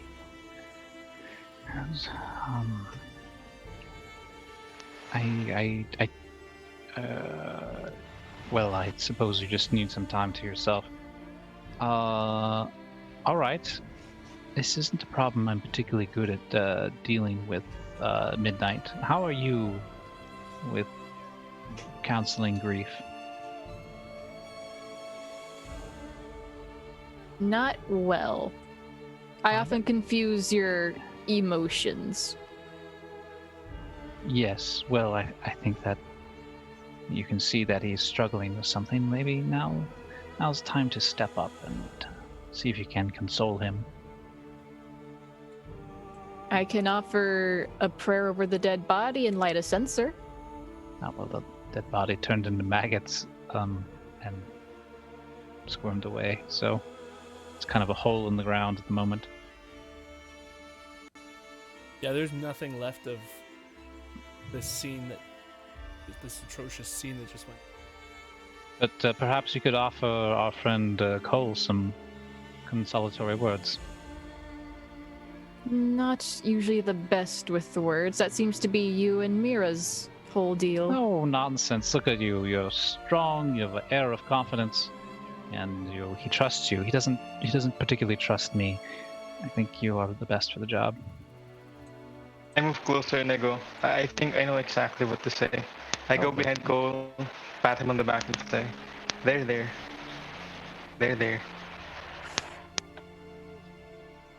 That's Is that all you say?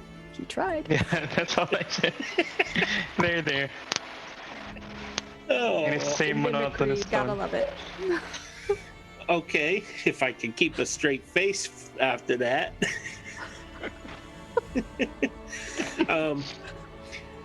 Cole lifts his head, stands up from one knee, from being on one knee. He stands straight, and anger is on his face now. And he says, "My brother, he must have done this somehow, his dark arts. I must find him and deliver justice upon him." Hmm. That's the spirit. A little revenge helps you stay Amen. focused. In Persana's name, I add real quickly, even though you know it's really for me. No. Krim is very proud of himself. He looks at midnight, and then Chris is gonna go. Mira will be like, It's like thumbs up nod, yeah. Well, I'm glad you found a renewed drive. I turn away and I start marching Yes. in a Where- direction I think we were all gonna head. I don't do we see the sun? Is there any sun to be seen? Yeah, you see, you can't. You know those days What where time you is can't it? decide where the sun is, but you know it's like noonish.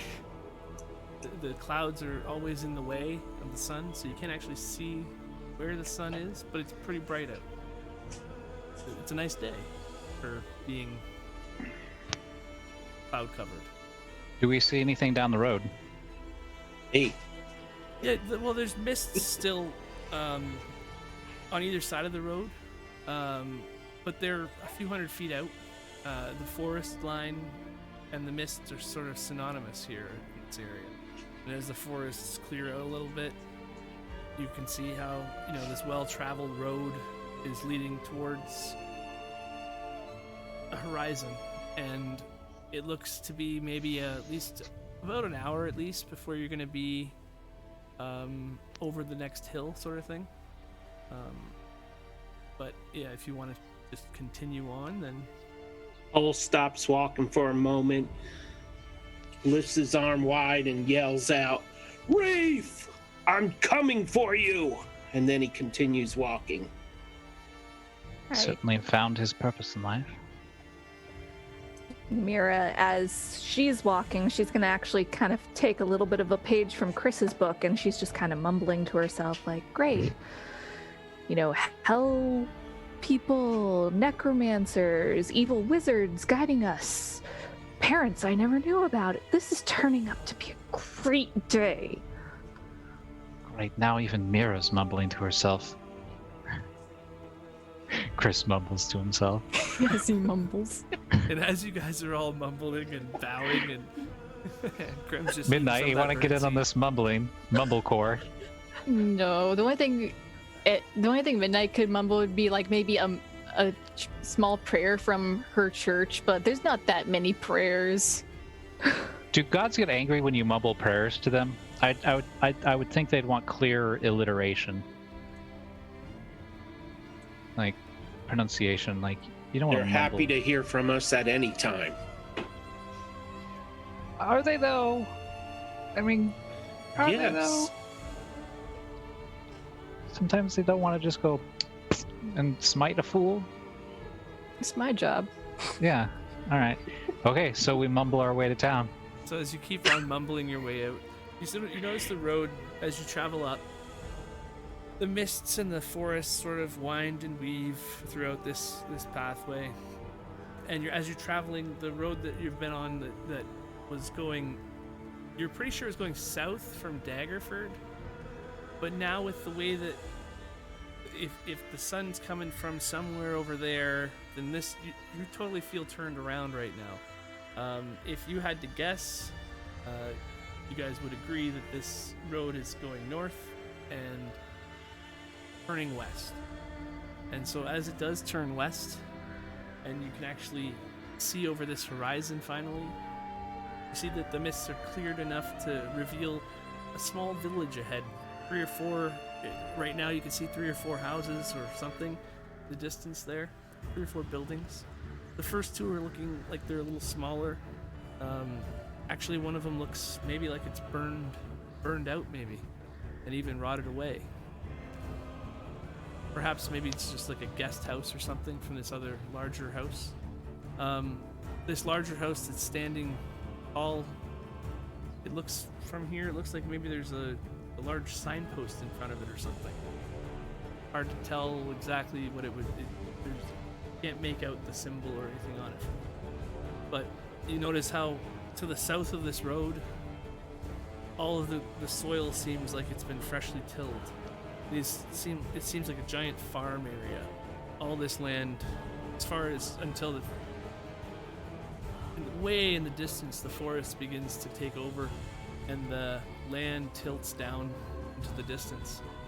And to the north, see how the land sort of rises up, and again, mists become creeping out from the forests. And so this sort of looks like well-maintained farm areas, like where, you know, somebody's dug the weeds out at least of this area, and there's, as you get closer, you're seeing fresh vegetables growing on these vines. What did I tell you? Everything is- Civilization. Yeah, you're starting to see how, you know, this must be where the people are. You don't see Yeah. any people, but Things are looking up. you do see all these fresh vegetables. And as you get closer to this house, you notice that, yeah, the one house that it's near is across the street from it is maybe some sort of barn was there before, because now the one side you can see clear is the only side that's really standing. The rest of it is all burned away. And next to the other house that still stands across the way is a smaller house beside that, and that's mildew and molded and rotten wood. There was no fire here, but this house is totally worn down and, you know, decrepit. But as you approach this other house, you see that there's actually one manor here that's stood the test of time. This is probably where you would guess where the farmers are staying or something. It's about 200, 300 feet off in the distance.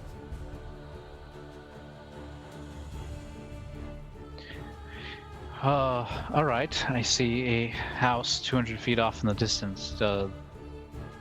But is there any sign of life at this house, or is it simply abandoned? Well, it does look like the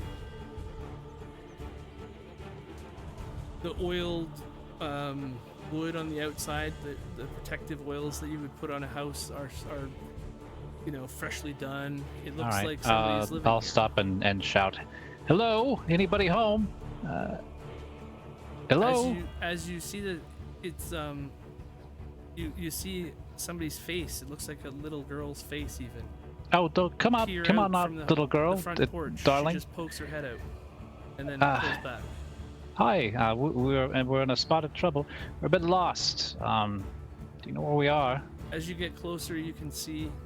I'm shouting at her from 200 feet away. Oh, Like, I'm Well- standing on the edge of their property, and I'm like waving. right. Well, then you would see that the edge of their property is maybe about 100 feet from the road, and when you get close enough there, you can see that she's actually standing next to a little boy, and she's like holding him back.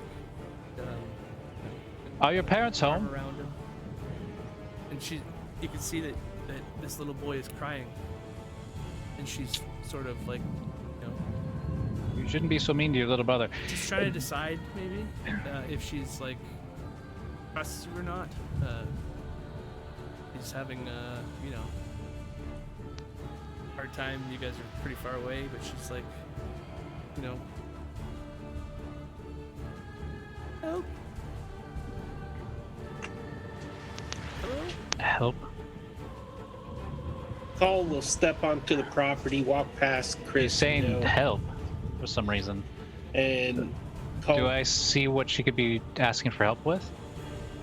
Well, as you get close enough, and everybody's sort of now standing sort of in front of this house, let's say, Okay. you can see that these two are there's an age difference between them. The little boy is maybe like 3 or 4 years old, and it looks like this girl protecting him must be his sister. She's probably getting closer to 10, and she's holding a lantern that because she knows that she's looking around in the skies too, seeing how the clouds are starting to come down a little bit. You can hear that there's thunder rolling in the distance, and so she's kind of protecting this little kid, and you can hear him crying, and you hear her say like, "Hello,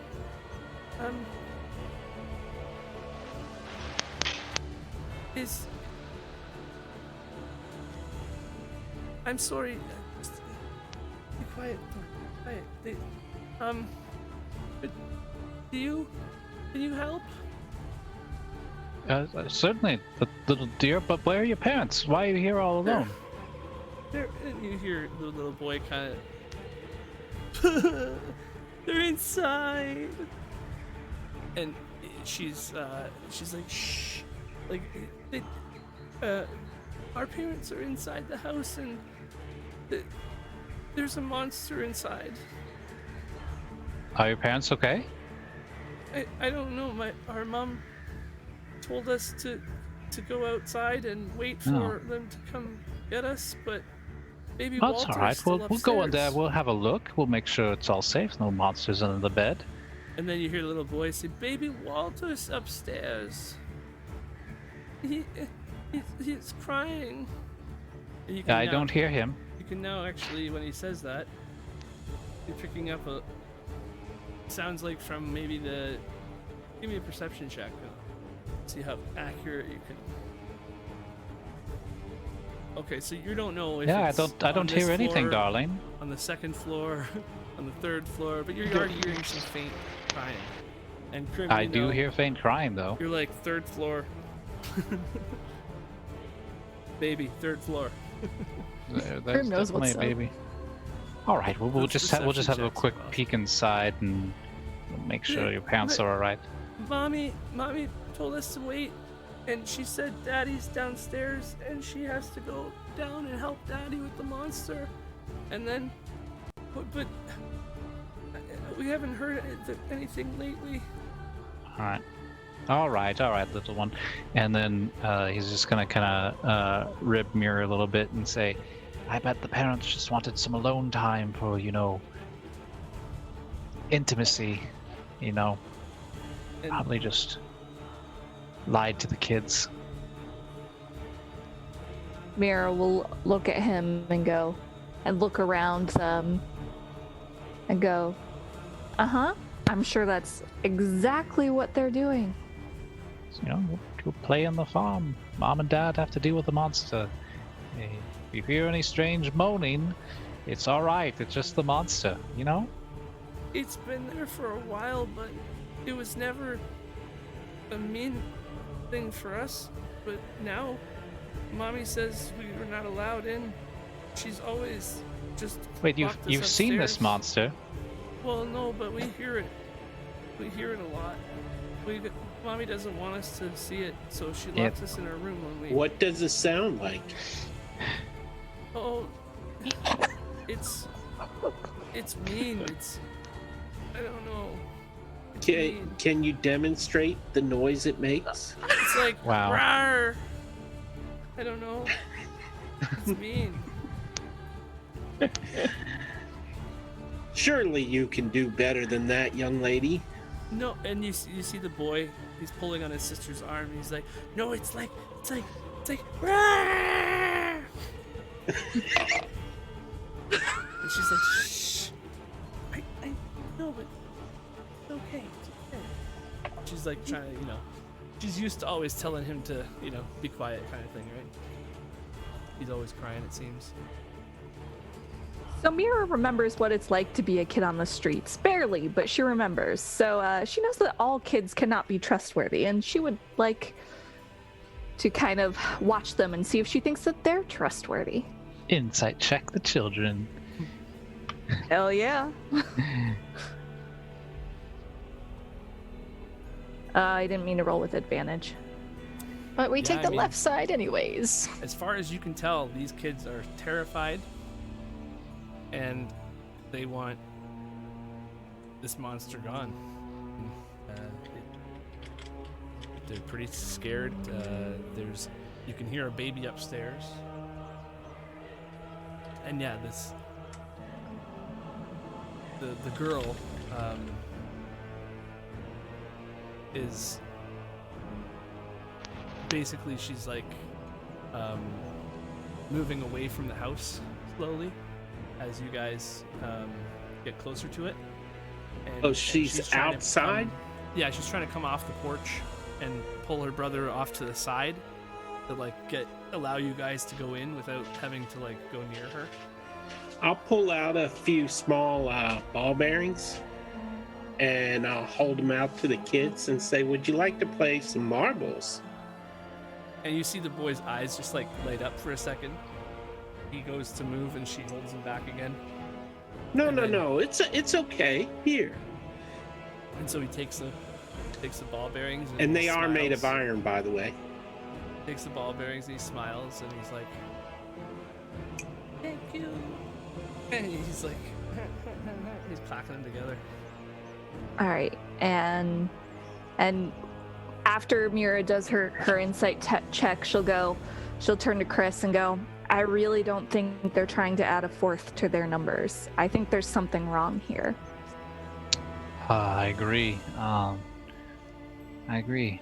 It seems like they've heard this creature and the noise that they Rar. made when asked about it. Yeah, it's definitely not the little ruckus I thought it would have been. We better be careful.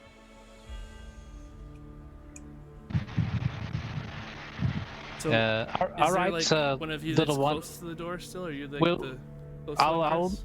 I'll make sure that you are doing your parents are all right, and I open the door and begin to Baby walk inside. Walter, we didn't get him.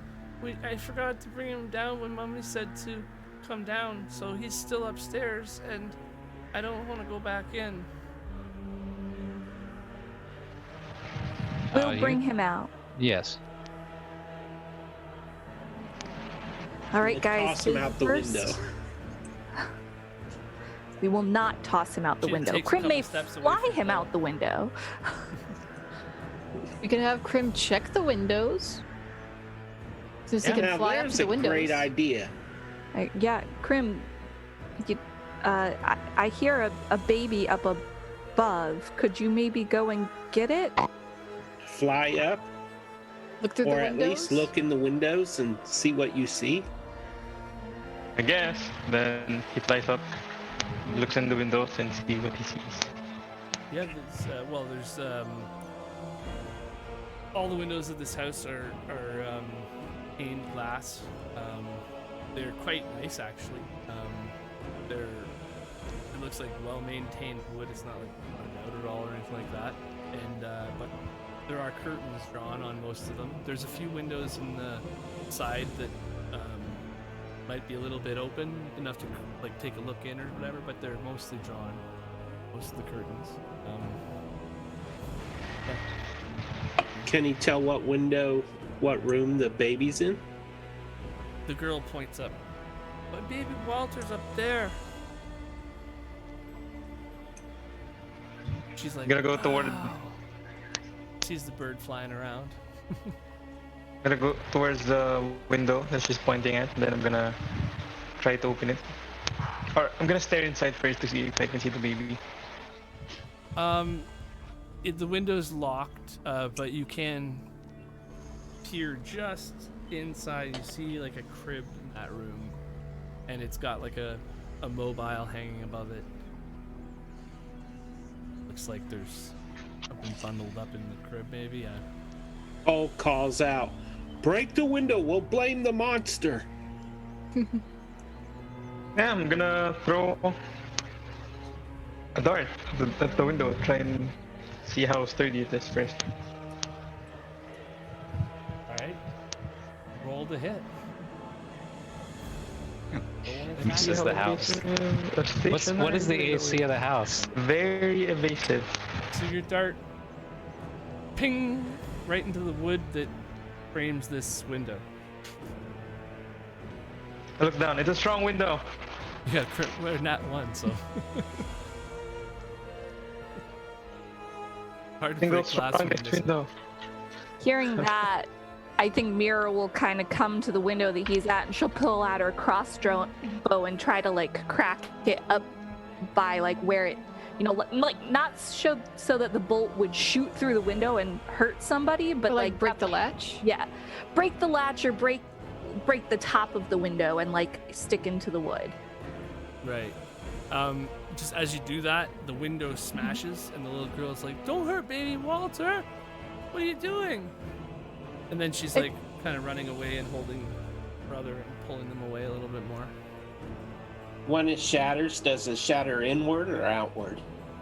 I mean, it Shatter would just in like a normal shot would have. Okay, then I'm gonna wrap some cloth around my arm, break the window in more to avoid the shards, and I'm gonna look for the baby. I'm Okay, gonna so go and look for the baby. as you you're gonna look in the room. Mhm. Okay. I'm gonna go in, then look around. What we will do is we will bring you guys to the next map. How long do you have here, Krim? I have around 15 minutes left. 15 Just waiting for someone to finish healing.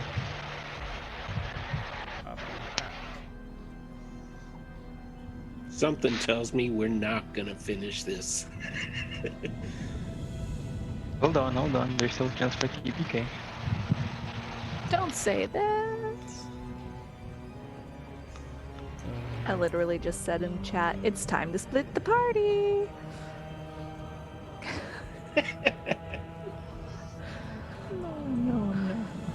No. Oh, I wait. see a black map. Did I just put that on the wrong screen? Okay, I can't do Oh that. no, I'm blind. Oh, I see something. I see myself. I see darkness. Okay, so Krim. You guys notice how north is to this side? Can you see that on the No, right here? You can see the end of the compass. no, No? no. Ah, that's on the wrong layer. I will pull that over so you guys can see it.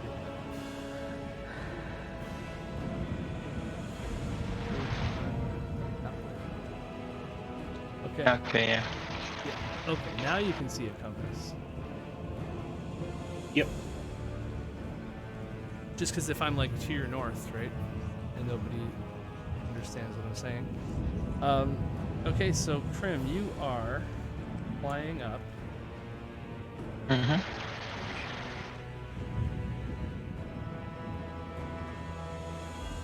Going up to the third floor window. Oops, I copied the torch. Other than Krim.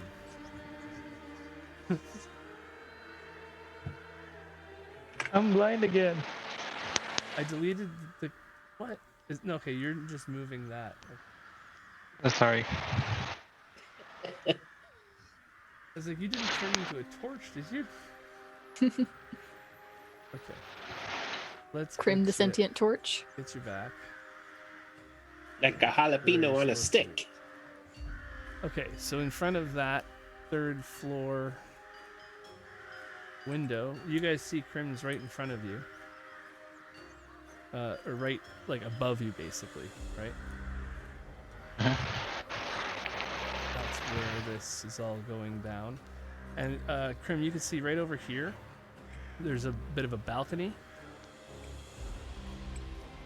And I'm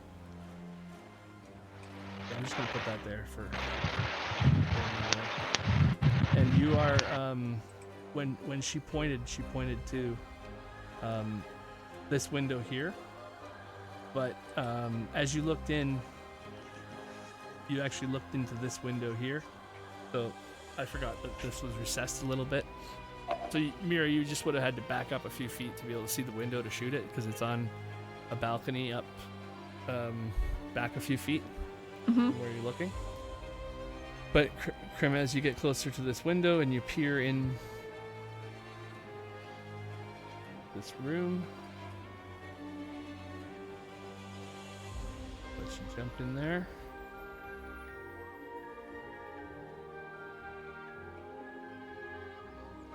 He's gonna join Dear you. So you can God. see. It's a house. Yeah, so there's a crib there.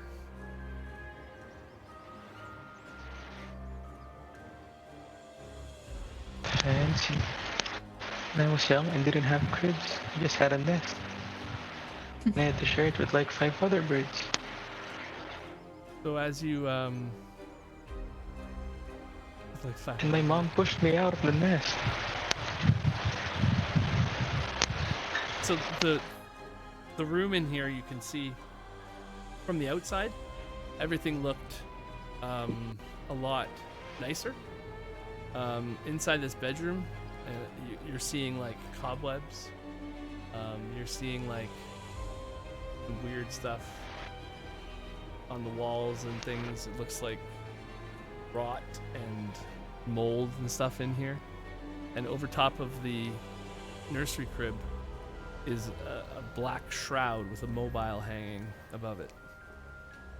It's playing like a creepy little song to you. I slowly approach the crib, being very aware of my surroundings. I'm purposely talking slow because it's creepy. And then I'm gonna move the shroud to the side. As you do that, What do I see? you hear behind you the door to this room fly open. As just the same That's time you great. touch the shroud.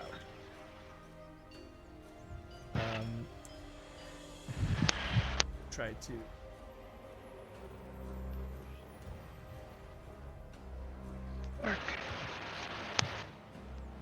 And as the door flings open, you see into the crib there is a shrouded baby-looking figure.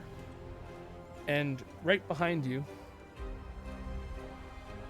as the door opens behind you as well, this room opens up behind you, and it's a larger room.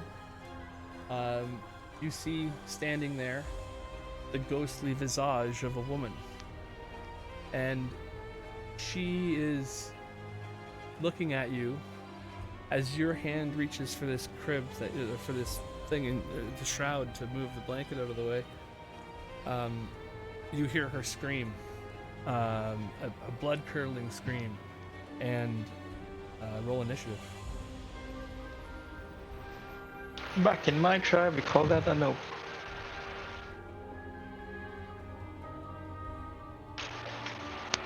I gotta pull up the initiative thing.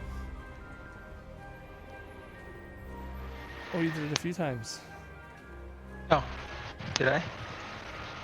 I got a round 9. Weird. No, that was me, I guess. Round 0.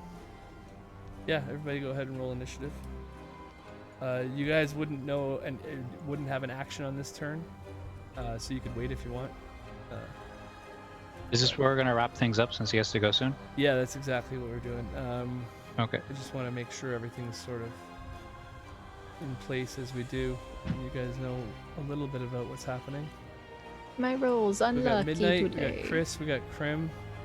I didn't do the rolled, group but init, for so- some reason my picture showed up as the torch I'm carrying. Oh, you I'll just delete that. You're the torch now. You selected the torch. I I'm a think. torch now. Yeah, I think you had the torch token selected instead of yours. Yeah.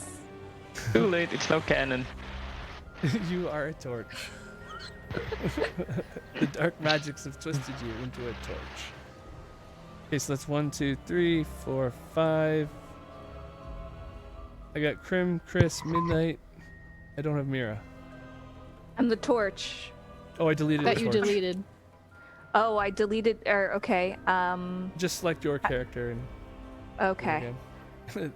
Sorry about that. All right. I was not expecting this to go this way. I had a feeling. But I like he rolled a might do that, but he 21. won't It do was that. such a And he did. beautiful initiative. Oh, You can well, change it as soon as you roll it. Yeah, I'll put it back in as your normal number. Okay. I just wanted you to show up as your token instead of a torch. Like it's the torch's turn. Fair. You're still a torch. I'm still a torch? What You am keep I selecting. doing wrong? I think you're selecting the torch on Are your you token grouped? instead of your token. Okay, let me you move. Let grouped me with the torch? separate. I was grouped with the torch, but let me separate. Okay. Ungroup All if right. you So have I have my token selected. Oh my goodness. Technological ghost difficulties. has been screaming There at we me for the go. last minute. to. And you got a 21? Yeah, I had a 21. That was my first initiative. I'm so sorry, guys. No, it's all good, torch. Okay, so I'm just gonna change my name now to Torch. as this ghost screams at you, Krim, you have one chance to do something before you can see it's already started to like fly at you. Looks very angry. If I throw a dart, can we fade to black while it's in midair? You could give me a Arcana check before we start this if you want, and I can describe to you what you're fighting a little more. Or not. Dive It'd be out good the if we window. just save that for next session, Yeah. right? To like kind of This punctuate is the what you beginning. see. And it's coming Nice place. at you, and you have 10 feet between the two of you, and a baby in the crib behind you, maybe. Maybe. Might be Yeah, fake. Things are looking interesting now. All right, so we'll pick up there next week, guys. I'm glad we could have we get into Barovia now, so we are moving. We're all gonna die. All right. Nice. Thank you for DMing. Thank you for putting up with us. I trying not to screw it up all through long. Eventually it'll work out, I hope. Yes. All right. Well, I'll talk to you guys later. Have a good rest of the week. You too. Thanks, and shout out everyone. to Brentley and Val who have been in chat tonight. Oh, that's Thank awesome. you. Yay. Thank you. Thanks, We'll everyone. see you next Monday. Everybody have a great week. See you Monday. Thanks for watching. Bye.